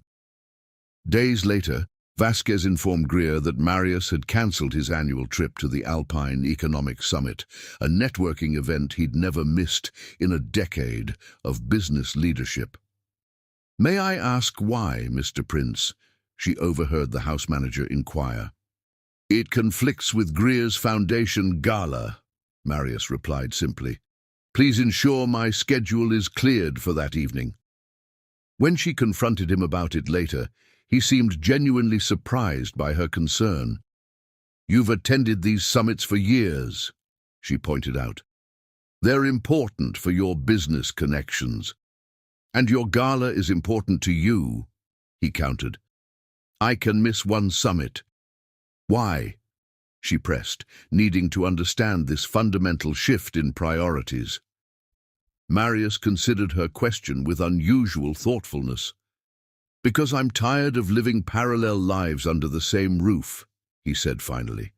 "Because I want to be a real husband, not just a convenient financial arrangement." The sincerity in his voice left her momentarily speechless. 5 years of marriage, and this was perhaps the most honest conversation they had ever shared. "This change in you," she began carefully, "I still don't understand where it's coming from." He moved closer, close enough that she could see the flecks of silver in his grey eyes, but not so close as to crowd her. "That night, our night, showed me what I've been missing. Not just physically, though God knows that was revelatory." A hint of heat colored his words. "But the connection. For the first time in 5 years, maybe in my entire life, I felt truly seen by another person, truly known." "And if that's all it was," she challenged, "one night of passion that will fade like everything else?" "It won't," he said with quiet certainty, "because it wasn't just about desire. It was about recognition. I saw you, truly saw you, as a complete person for the first time, and in doing so I caught a glimpse of the man I could be with you, a better man than I've been." The vulnerability in his admission caught her off guard. Marius Prince didn't expose weakness or uncertainty, ever. Yet here he stood, laying bare insights that clearly discomforted him as much as they surprised her. "I need time," she said finally, "to believe this isn't temporary, to trust that the man standing before me now won't disappear at the first challenge to his carefully controlled world." "Take all the time you need," he replied, no pressure or expectation in his tone. "I'm not going anywhere." The weeks that followed tested his commitment in ways neither had anticipated.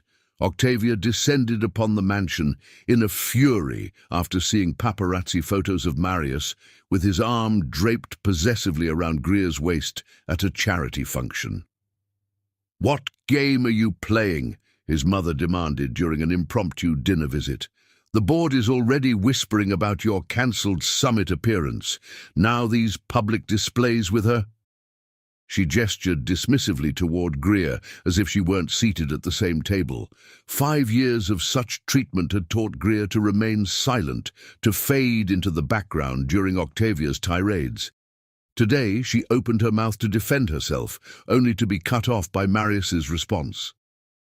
"Her name is Greer," he said, his voice quiet but edged with steel. "My wife deserves your respect, Mother, even if I was too blind to demand it before." Octavia's eyebrows shot up in shock. "I beg your pardon?" "You heard me?" Marius set down his fork with deliberate care.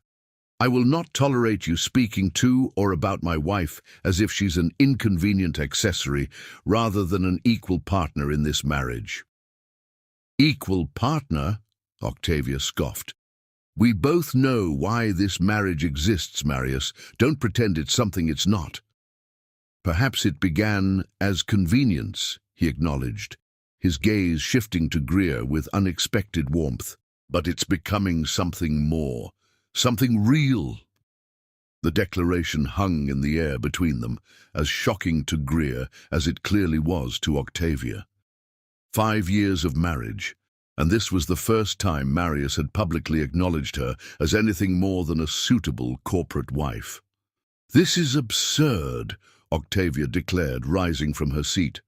"Whatever midlife crisis you're experiencing, I suggest you handle it more discreetly. The board meeting is next month, and appearances matter." "You're right," Marius agreed, also standing. "Appearances do matter, which is why my wife will be seated beside me at that meeting, as the legal advisor to the Prince Foundation and my partner in all things." Octavia's face flushed with anger. "She has no place in that boardroom." "She has every place wherever I am," Marius replied with finality. "If that's a problem for you or the board, perhaps it's time for new leadership." After Octavia's dramatic departure, Greer turned to Marius with wide eyes. "You didn't have to do that." "Yes," he said simply, "I did. 5 years too late, but better late than never." Later that night, as they prepared for bed in their separate rooms, a distance neither had yet bridged since their one night together, Greer found herself standing outside Marius's door, hesitation warring with newfound courage. Before she could knock, the door opened, revealing Marius in his nightclothes, surprise evident in his expression. "Greer, did you mean what you said to your mother?" she asked without preamble. "About us becoming something real?" His gaze softened, vulnerability replacing his usual controlled facade. "Every word." Without further hesitation, she stepped forward, closing the distance between them with a kiss that held neither the desperate passion of their first night, nor the tentative uncertainty of new beginnings, but something deeper, a conscious choice, a deliberate step toward the future they might build together. As Marius's arms wrapped around her, drawing her into his room and his life in a way 5 years of marriage had never achieved, Greer allowed herself to believe that perhaps some stories could be rewritten after all, even those that began as cold as theirs had. Chapter 8. Second Chances. A month had passed since the confrontation with Octavia. The Prince Mansion, once cold and formal, had gradually transformed into something resembling a home. Marius and Greer now shared not only a bedroom but a life, conversations over breakfast, evening walks through the estate grounds, and a growing partnership that extended from personal to professional realms. Tonight, Marius had been unusually secretive, asking Greer to meet him in the garden at sunset. She found him waiting by the stone fountain, nervous energy evident in his typically composed demeanor. "What's this about?" she asked, noting the formal suit he wore despite the casual setting. "Us," he replied simply. "Our past and, hopefully, our future." He gestured to a small table set with champagne and her favorite dessert, illuminated by dozens of candles that cast golden light across the garden. 5 years ago, he began as they took their seats, "I made the biggest mistake of my life. Not marrying you, that was the one thing I got right, even if for all the wrong reasons. My mistake was treating our marriage as a business arrangement rather than the precious gift it could have been." Greer's breath caught at the unexpected declaration. "Marius, please," he interrupted gently, "let me say this while I have the courage." She nodded, watching as this new version of her husband, vulnerable, open, sincere, gathered his thoughts. "For 5 years I wasted what could have been extraordinary. I treated you as an accessory rather than a partner. I ignored your brilliance, your kindness, your strength." His voice roughened with emotion. "I didn't see you, Greer. Not really. Not until you forced me to, by becoming impossible to overlook. He reached across the table, taking her hand in his. "These past weeks have shown me what I've been missing, what we've been missing, a real marriage, a true partnership, and I find myself wanting that more than anything I've ever pursued in my life." Rising from his chair, Marius moved to kneel before her, an unmistakable velvet box in his hand. Greer's eyes widened in shock. "What are you doing?" "What I should have done 5 years ago," he answered, opening the box to reveal a stunning sapphire ring, not the ostentatious diamond he'd given her during their first clinical engagement, but something more personal, more thoughtful. "This reminded me of your eyes in the morning light." Her hand trembled as he held the ring between them. "Greer Lake Prince, I'm asking you to marry me again, not out of obligation or convenience, but out of devotion. Not as a business arrangement, but as a love match. Will you give us, a second chance at the marriage we should have had from the beginning?" Tears gathered in her eyes, unexpected emotion welling up at this gesture from the man who had once treated their union as a mere corporate merger. "Why now?" she asked softly. "After all this time?" "Because I love you," he said simply, the words he had never spoken in 5 years of marriage finally crossing his lips. "Not the idea of you, not the convenient wife, but you, fierce, brilliant, unstoppable you, the woman who refused to disappear, the woman who taught me what matters most isn't power or success, but connection." The raw honesty in his voice, the vulnerability in his eyes, these were not things the Marius Prince of 6 months ago would have been capable of showing. This was a man transformed, just as she had been. "I need to know this isn't temporary," she whispered, voicing her deepest fear, "that when the novelty wears off, you won't revert to seeing through me again."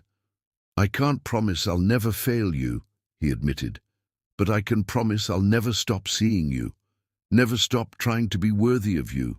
The man I was 5 years ago is gone, Greer. You changed him. You changed me." She studied him. This man who had been a stranger, despite sharing her name, her home, her life for 5 years.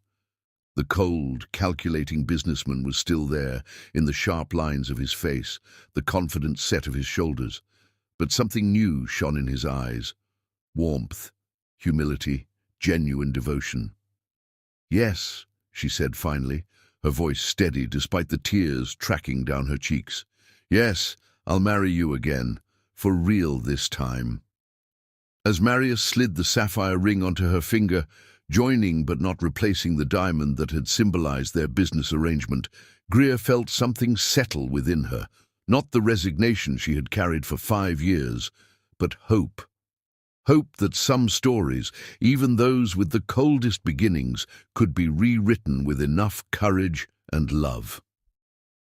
The second wedding was planned for the following month, no elaborate society affair like their first, but an intimate celebration with only those who truly mattered. Where their first ceremony had been a performance for business associates and social climbers, this would be a genuine expression of the love that had finally, belatedly, grown between them. "No more pretending," Marius vowed as they planned the details together. "From now on, only truth between us." As Greer curled against him that night, the sapphire catching moonlight from the window, she allowed herself to believe in second chances, in the possibility that 5 cold years could indeed be rewritten into something beautiful. Chapter 9. Renewal. Their first wedding had been a society spectacle. 600 guests, most of whom neither bride nor groom knew personally. St. Patrick's Cathedral decorated with thousands of white roses, a 12-piece orchestra, crystal champagne flutes engraved with the Prince family crest. Octavia micromanaging every detail, while Greer stood silent and compliant, a beautiful prop in a designer gown. Their second wedding could not have been more different. 40 guests gathered in the garden of the Prince estate as sunset painted the sky in shades of gold and pink. Greer wore a simple silk dress in deep sapphire that matched her engagement ring, her transformed body confident and strong beneath the flowing fabric. Her tattoos were visible and unashamed. The phoenix on her wrist, the cherry blossoms peeking above the neckline, symbols of her rebirth. Marius waited beneath an arch of wildflowers, his expression open and vulnerable in a way the cold businessman of 5 years ago would never have allowed in public. When Greer appeared walking alone down the petal-strewn path, his eyes filled with undisguised emotion. "You look beautiful," he whispered when she reached him, the words genuine rather than perfunctory. "So do you," she replied with a smile that reached her eyes, a rare occurrence during their first years together. Zora stood as Greer's maid of honor, her skepticism about Marius's transformation gradually giving way to cautious approval as she'd witnessed the changes in both of them. Octavia was noticeably absent, having declared the entire affair a ridiculous spectacle when Marius refused her attempts to convert it into another society event. "Better this way," Marius had assured Greer when his mother declined the invitation. "This day is about us, not appearances." Now, as they stood hand in hand before their closest friends, the contrast with their first ceremony could not have been more stark. Where once they had recited formal vows with mechanical precision, now they spoke from the heart, their words unrehearsed and genuine. "5 years ago, I married you for all the wrong reasons," Marius began, his voice steady despite the emotion evident in his eyes. "I saw you as an arrangement, a necessary component in the life I thought I wanted. I was a fool." He squeezed her hands gently. "The woman standing before me now, fierce, brilliant, unstoppable, is the greatest gift I never deserved. I promise to spend every day seeing you, truly seeing you, and showing you that second chances can last a lifetime." Tears glistened in Greer's eyes as she responded. "For 5 years, I accepted invisibility. I dimmed my light to fit into the spaces you left for me." Her voice strengthened. "But darkness isn't my natural state. I was born to shine, and in reclaiming my light, I somehow illuminated something in you as well." A soft smile curved her lips. "I promise to keep that light burning between us, to challenge you, to partner with you, to love you not for your name or your power, but for the man I've discovered beneath the armor." As they exchanged rings, her sapphire joining the diamond that had once represented obligation, his platinum band replacing the one he'd worn as a symbol of ownership rather than partnership, something shifted in the air around them. This wasn't just a renewal of vows, but a true beginning, the first chapter of a story neither had believed possible 6 months ago. "I now pronounce you husband and wife," the officiant declared. "Again," he added, with a smile that drew laughter from the gathered guests. When Marius kissed her, it wasn't the perfunctory peck of their first wedding, but a declaration, passionate yet tender, witnessed by those who had seen their transformation and celebrated the unlikely love that had blossomed from the coldest of beginnings. The celebration that followed was joyful and intimate, dancing under the stars, champagne flowing freely, genuine laughter echoing across the garden. Where their first reception had been a carefully orchestrated performance, this was a true celebration of connection and second chances. "Happy," Marius murmured against Greer's ear as they swayed together on the makeshift dance floor, her head resting comfortably against his shoulder. "Yes," she replied simply, the word containing multitudes. "You? More than I knew was possible." His arms tightened around her waist. "And this is just the beginning." The Maldives greeted them with crystal-clear waters and perfect blue skies, their private overwater bungalow offering uninterrupted views of the Indian Ocean stretching to the horizon. "It's breathtaking," Greer said, as they stood on their private deck, the warm breeze tangling her hair. "You're breathtaking," Marius replied, his eyes on her rather than the spectacular scenery. She laughed, the sound free and genuine. Charmer. Truth teller, he corrected, pulling her into his arms. I'm done with anything less than complete honesty between us. Their honeymoon unfolded in perfect days of sunlit exploration and passionate nights, each discovering new facets of the other in this paradise removed from the pressures and memories of their shared past. They snorkeled among vibrant coral reefs, Marius watching in admiration as Greer's athletic body cut through the water with confident grace. They dined on fresh seafood under the stars, sharing stories of childhoods and dreams neither had bothered to learn during 5 years of marriageable coexistence. They walked hand in hand along pristine beaches, building the foundation of a partnership based on genuine interest rather than convenient arrangement. And in the privacy of their bungalow, they explored each other with the reverence of new lovers and the deepening connection of true partners, passion tempered with tenderness, desire strengthened by growing love. On their final evening, they sat on their deck, watching the sunset paint the sky in impossible colors. Marius wrapped his arms around Greer from behind, his chin resting on her shoulder. I don't want to go back, she admitted, leaning into his embrace. We don't have to, he suggested, only half joking. We could stay here forever. She turned in his arms, studying his face with newfound ability to read the emotions he had once kept so carefully concealed. And abandon all our responsibilities? The mighty Marius Prince walking away from his empire? For you? He brushed a strand of hair from her face with gentle fingers. In a heartbeat. The simple declaration stole her breath. 6 months ago, nothing had mattered more to him than Prince Global Investments.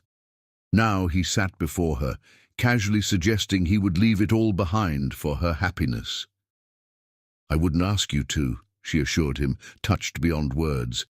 Your work is part of who you are, just as mine is part of me. We don't need to abandon our purposes to preserve this connection. His eyes softened with appreciation for her understanding. Partners in all things.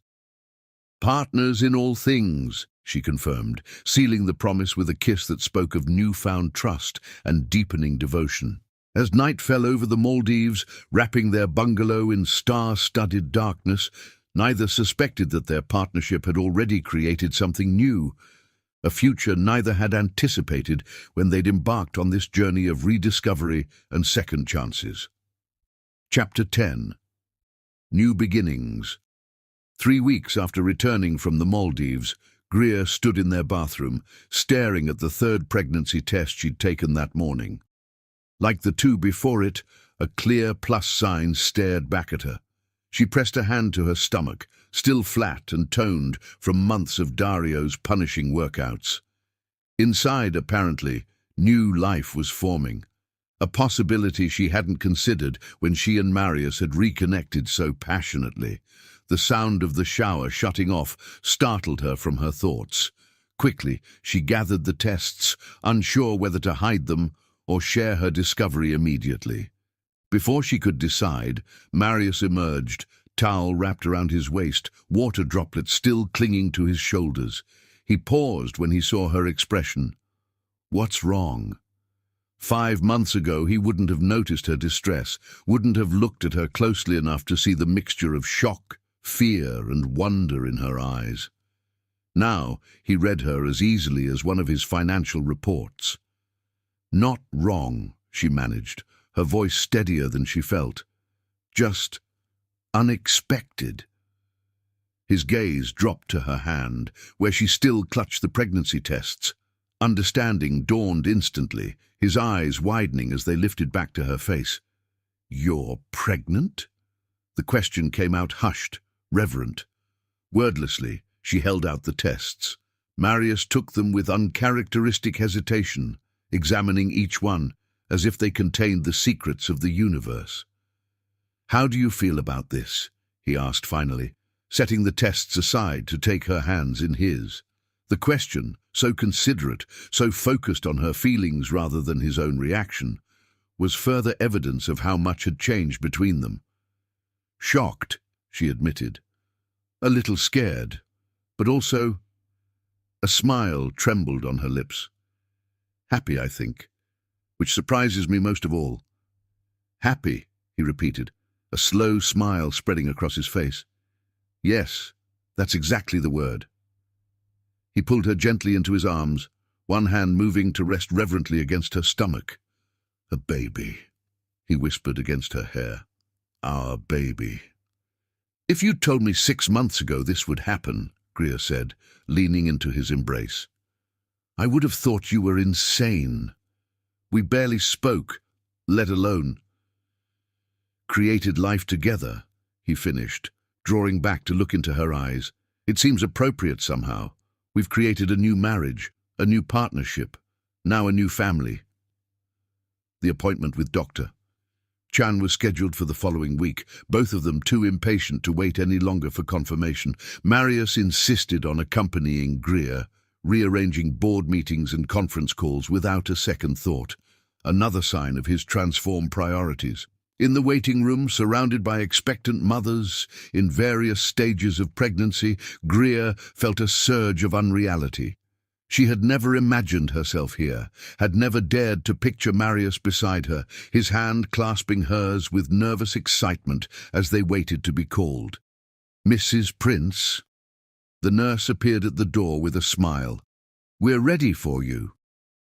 In the examination room, Dr. Chan greeted them warmly.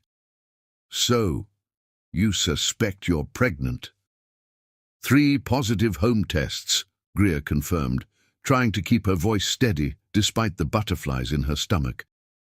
And when was your last period? The standard questions continued as Dr. Chan built a preliminary picture of Greer's condition. Throughout, Marius remained attentive, his usual commanding presence softened by genuine concern and interest. Let's confirm with blood work, Dr. Chan said finally, but given your symptoms and the positive home tests, I think it's safe to say congratulations are in order. Now let's take a look with the ultrasound. As Greer lay back on the examination table, Marius positioned himself beside her, his hand finding hers in a gesture that felt both novel and natural. The cool gel on her abdomen made her flinch slightly, drawing a sympathetic squeeze from his fingers. Dr. Chan moved the ultrasound wand with practiced precision, her eyes on the screen as grainy black and white images appeared. For a moment she was silent, concentration evident in her furrowed brow. Is something wrong? Marius asked immediately, tension radiating from him. Not at all, Doctor, Chan replied with a reassuring smile, just confirming what I thought I saw. She turned the screen slightly so they could see it better. There, she said, pointing to a small bean-shaped shadow. That's your baby. Greer's breath caught, emotion welling up unexpectedly at the sight of the tiny life within her. Beside her, Marius seemed equally affected, his usual eloquence abandoned as he stared in wonder at the screen. And there, Dr. Chan continued, moving the wand slightly, is your other baby.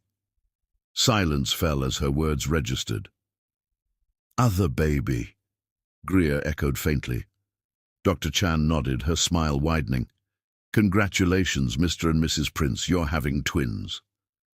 Twins, Marius repeated, the word emerging as a whisper. 2 babies. 2 healthy babies from what I can see, Dr. Chan confirmed. It's early yet. You're approximately 8 weeks along, but both embryos appear to be developing normally. The drive home passed in dazed silence, both of them processing the unexpected news. Twins. Not 1 new life, but 2. A double blessing neither had anticipated. Are you overwhelmed?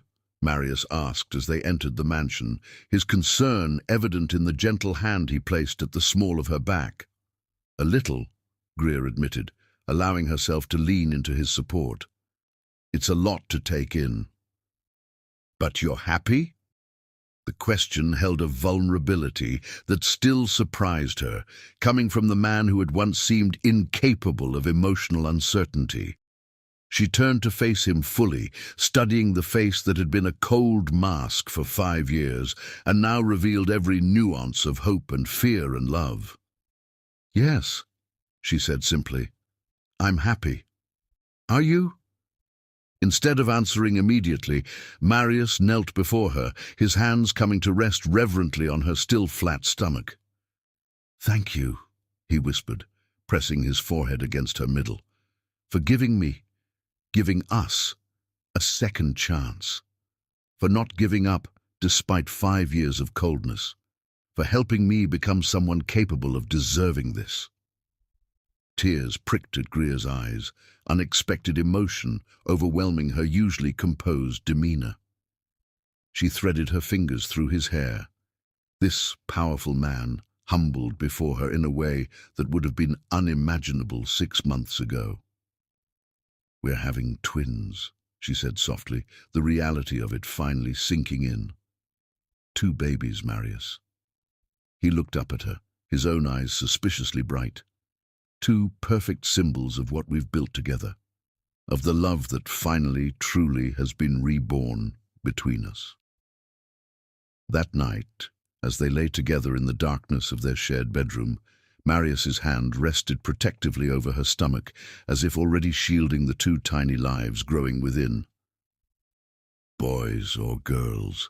he murmured against her hair. Greer was drifting towards sleep, contentment making her eyelids heavy. "Do you think they're boys or girls, or one of each?" She smiled, finding his uncharacteristic curiosity endearing. "Dr. Chan said it's too early to tell." "I know," he acknowledged. "But what do you feel?" Greer considered the question, her hand coming to rest atop his on her abdomen. "Boys," she said finally, surprising herself with the certainty in her voice. "2 boys." "Sons," Marius whispered, the word filled with wonder. 2 sons. As sleep claimed them both, Greer's last conscious thought was of how drastically life could change in such a short time.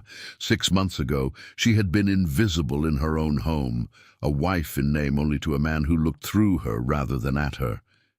Now she lay in his arms, carrying the physical manifestation of their transformed relationship. Not 1 new beginning, but 2.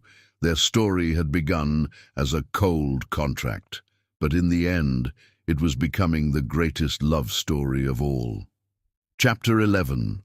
Full Circle. I Want to Sleep With You Tonight.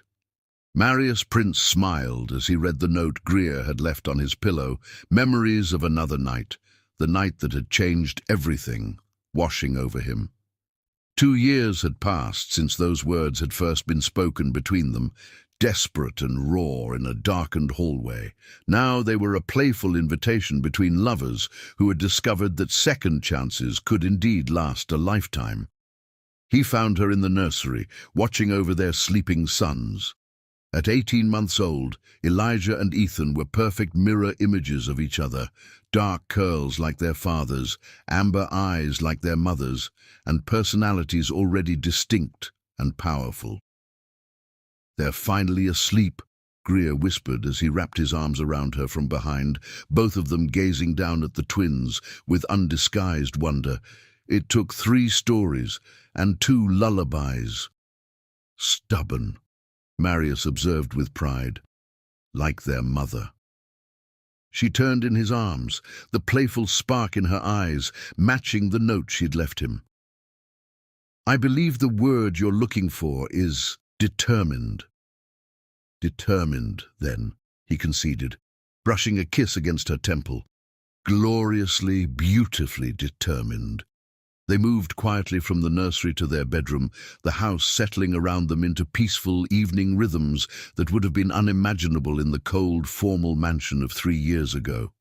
Their home had transformed, along with their relationship. Walls that once displayed impersonal art now held family photographs.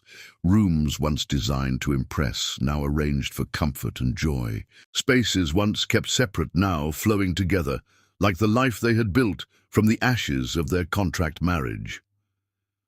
"Do you ever think about it?" Greer asked as they settled onto the balcony outside their bedroom, the summer night warm around them. "How close we came to missing this."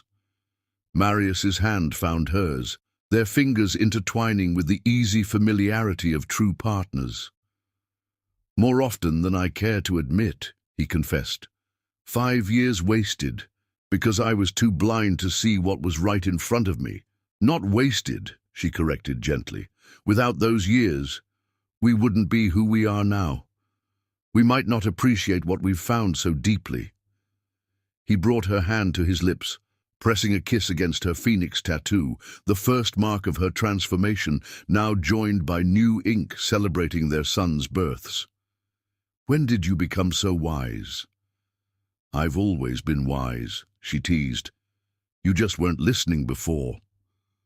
Their laughter mingled in the night air, easy and intimate. So much had changed since that pivotal moment when Greer had decided to reclaim herself. Her career as legal director for both Prince Technologies and her expanded foundation, Marius's more balanced approach to business, their shared commitment to creating a family legacy built on love rather than obligation. Even Octavia had eventually thawed, won over by the undeniable happiness her son had found and the irresistible charm of her grandsons. She still maintained that the transformation had been her idea all along, a fiction they allowed her to preserve while recognizing the truth of their journey. "Remember our first charity gala after the twins were born?" Marius asked, his thumb tracing lazy circles on her palm. "When Harrison Whitmore congratulated me on finally waking up and noticing my extraordinary wife?" "And you agreed with him," Greer recalled, smiling at the memory. The mighty Marius Prince publicly admitting he'd been a fool. "The greatest fool," he acknowledged without hesitation, "but even fools get lucky sometimes." His expression softened as he gazed at her. "And I am the luckiest man alive." The declaration, offered without calculation or agenda, still had the power to catch her breath after all this time. This was the man who had been hiding beneath the cold exterior all along, passionate, devoted, capable of profound love once he allowed himself to feel it. "We should check on the boys," Greer said after a comfortable silence, though neither made a move to rise. "The monitors are on," Marius reminded her, "and Vasquez is down the hall." "Still," she insisted, mother's instinct overriding logic. "Just a quick peek." Hand in hand, they returned to the nursery where their sons slept peacefully, tiny chests rising and falling in perfect synchronicity. In sleep, Elijah and Ethan looked even more identical, though in waking hours their personalities were distinctly their own. Elijah methodical and observant like his father, Ethan vibrant and fearless like his mother. "Perfect," Marius whispered, his arm tightening around Greer's waist. "Absolutely perfect." Later, as they lay tangled together in the afterglow of passion, Greer traced the lines of her husband's face with gentle fingers. The sharp angles remained, but the coldness that had once defined him had long since melted away, replaced by warmth that still surprised those who had known him before. "I found something today," she said, reaching toward the nightstand, while going through old papers for the foundation audit. She handed him a faded envelope, watching as recognition dawned in his eyes. "My letter," he breathed, taking it with reverent hands, "from our first wedding day." The tradition, one of the few personal touches in their original ceremony, had been Greer's suggestion. Each had written a letter to the other, sealed and meant to be opened on their 5th anniversary. Given the state of their marriage at that milestone, the letters had remained forgotten until now. "I never opened mine," she admitted. "It seemed pointless at the time when we barely spoke to each other." And now, he held the envelope containing words she had written to him, when hope still flickered, before years of indifference had extinguished it. "Now, I think I'd like to know what you thought then," she said softly. "And for you to know what I hoped for." Together, they broke the seals on letters written by younger versions of themselves. Greer still raw from her parents' deaths, but determined to build something meaningful. Marius viewing marriage as simply another business milestone, but privately impressed by his bride's quiet dignity. "I hope to be worthy of the strength I see in you," Greer read aloud from Marius's letter, emotion catching in her throat. "Though our beginning is unorthodox, perhaps we might find something genuine between us in time." Tears glistened in her eyes as she looked up at him. "You saw me, even then." "Glimpses," he acknowledged, "but I was too afraid to let myself truly see." He held up her letter to him. "May I?" She nodded, watching as he unfolded the delicate stationery. "I enter this marriage with clear eyes," he read, his voice deepening with emotion as he encountered her younger self's words. "I know you did not choose me, that circumstances rather than love bring us together. But I make you this promise: I will respect the commitment we make today. We'll work to build a partnership of genuine value, and will remain open to whatever future might unfold between us." His hand trembled slightly as he refolded the letter. "You promised me partnership when I offered you nothing but cold convenience. You stayed open to possibility even as I shut you out for 5 years. And here we are," she said simply, gesturing to encompass their shared bed, their sleeping children, the life they had built together. "Exactly where we were always meant to be, just taking a more complicated path to get here." As Marius gathered her close, his heartbeat steady beneath her cheek, Greer reflected on the journey that had brought them to this moment. 5 cold years of emptiness, the decision to reclaim herself, his awakening to what had been before him all along, their passionate reconnection and genuine rebirth as partners, lovers, parents. Their story had begun as a cold contract, but in the end it had become the greatest love story of all.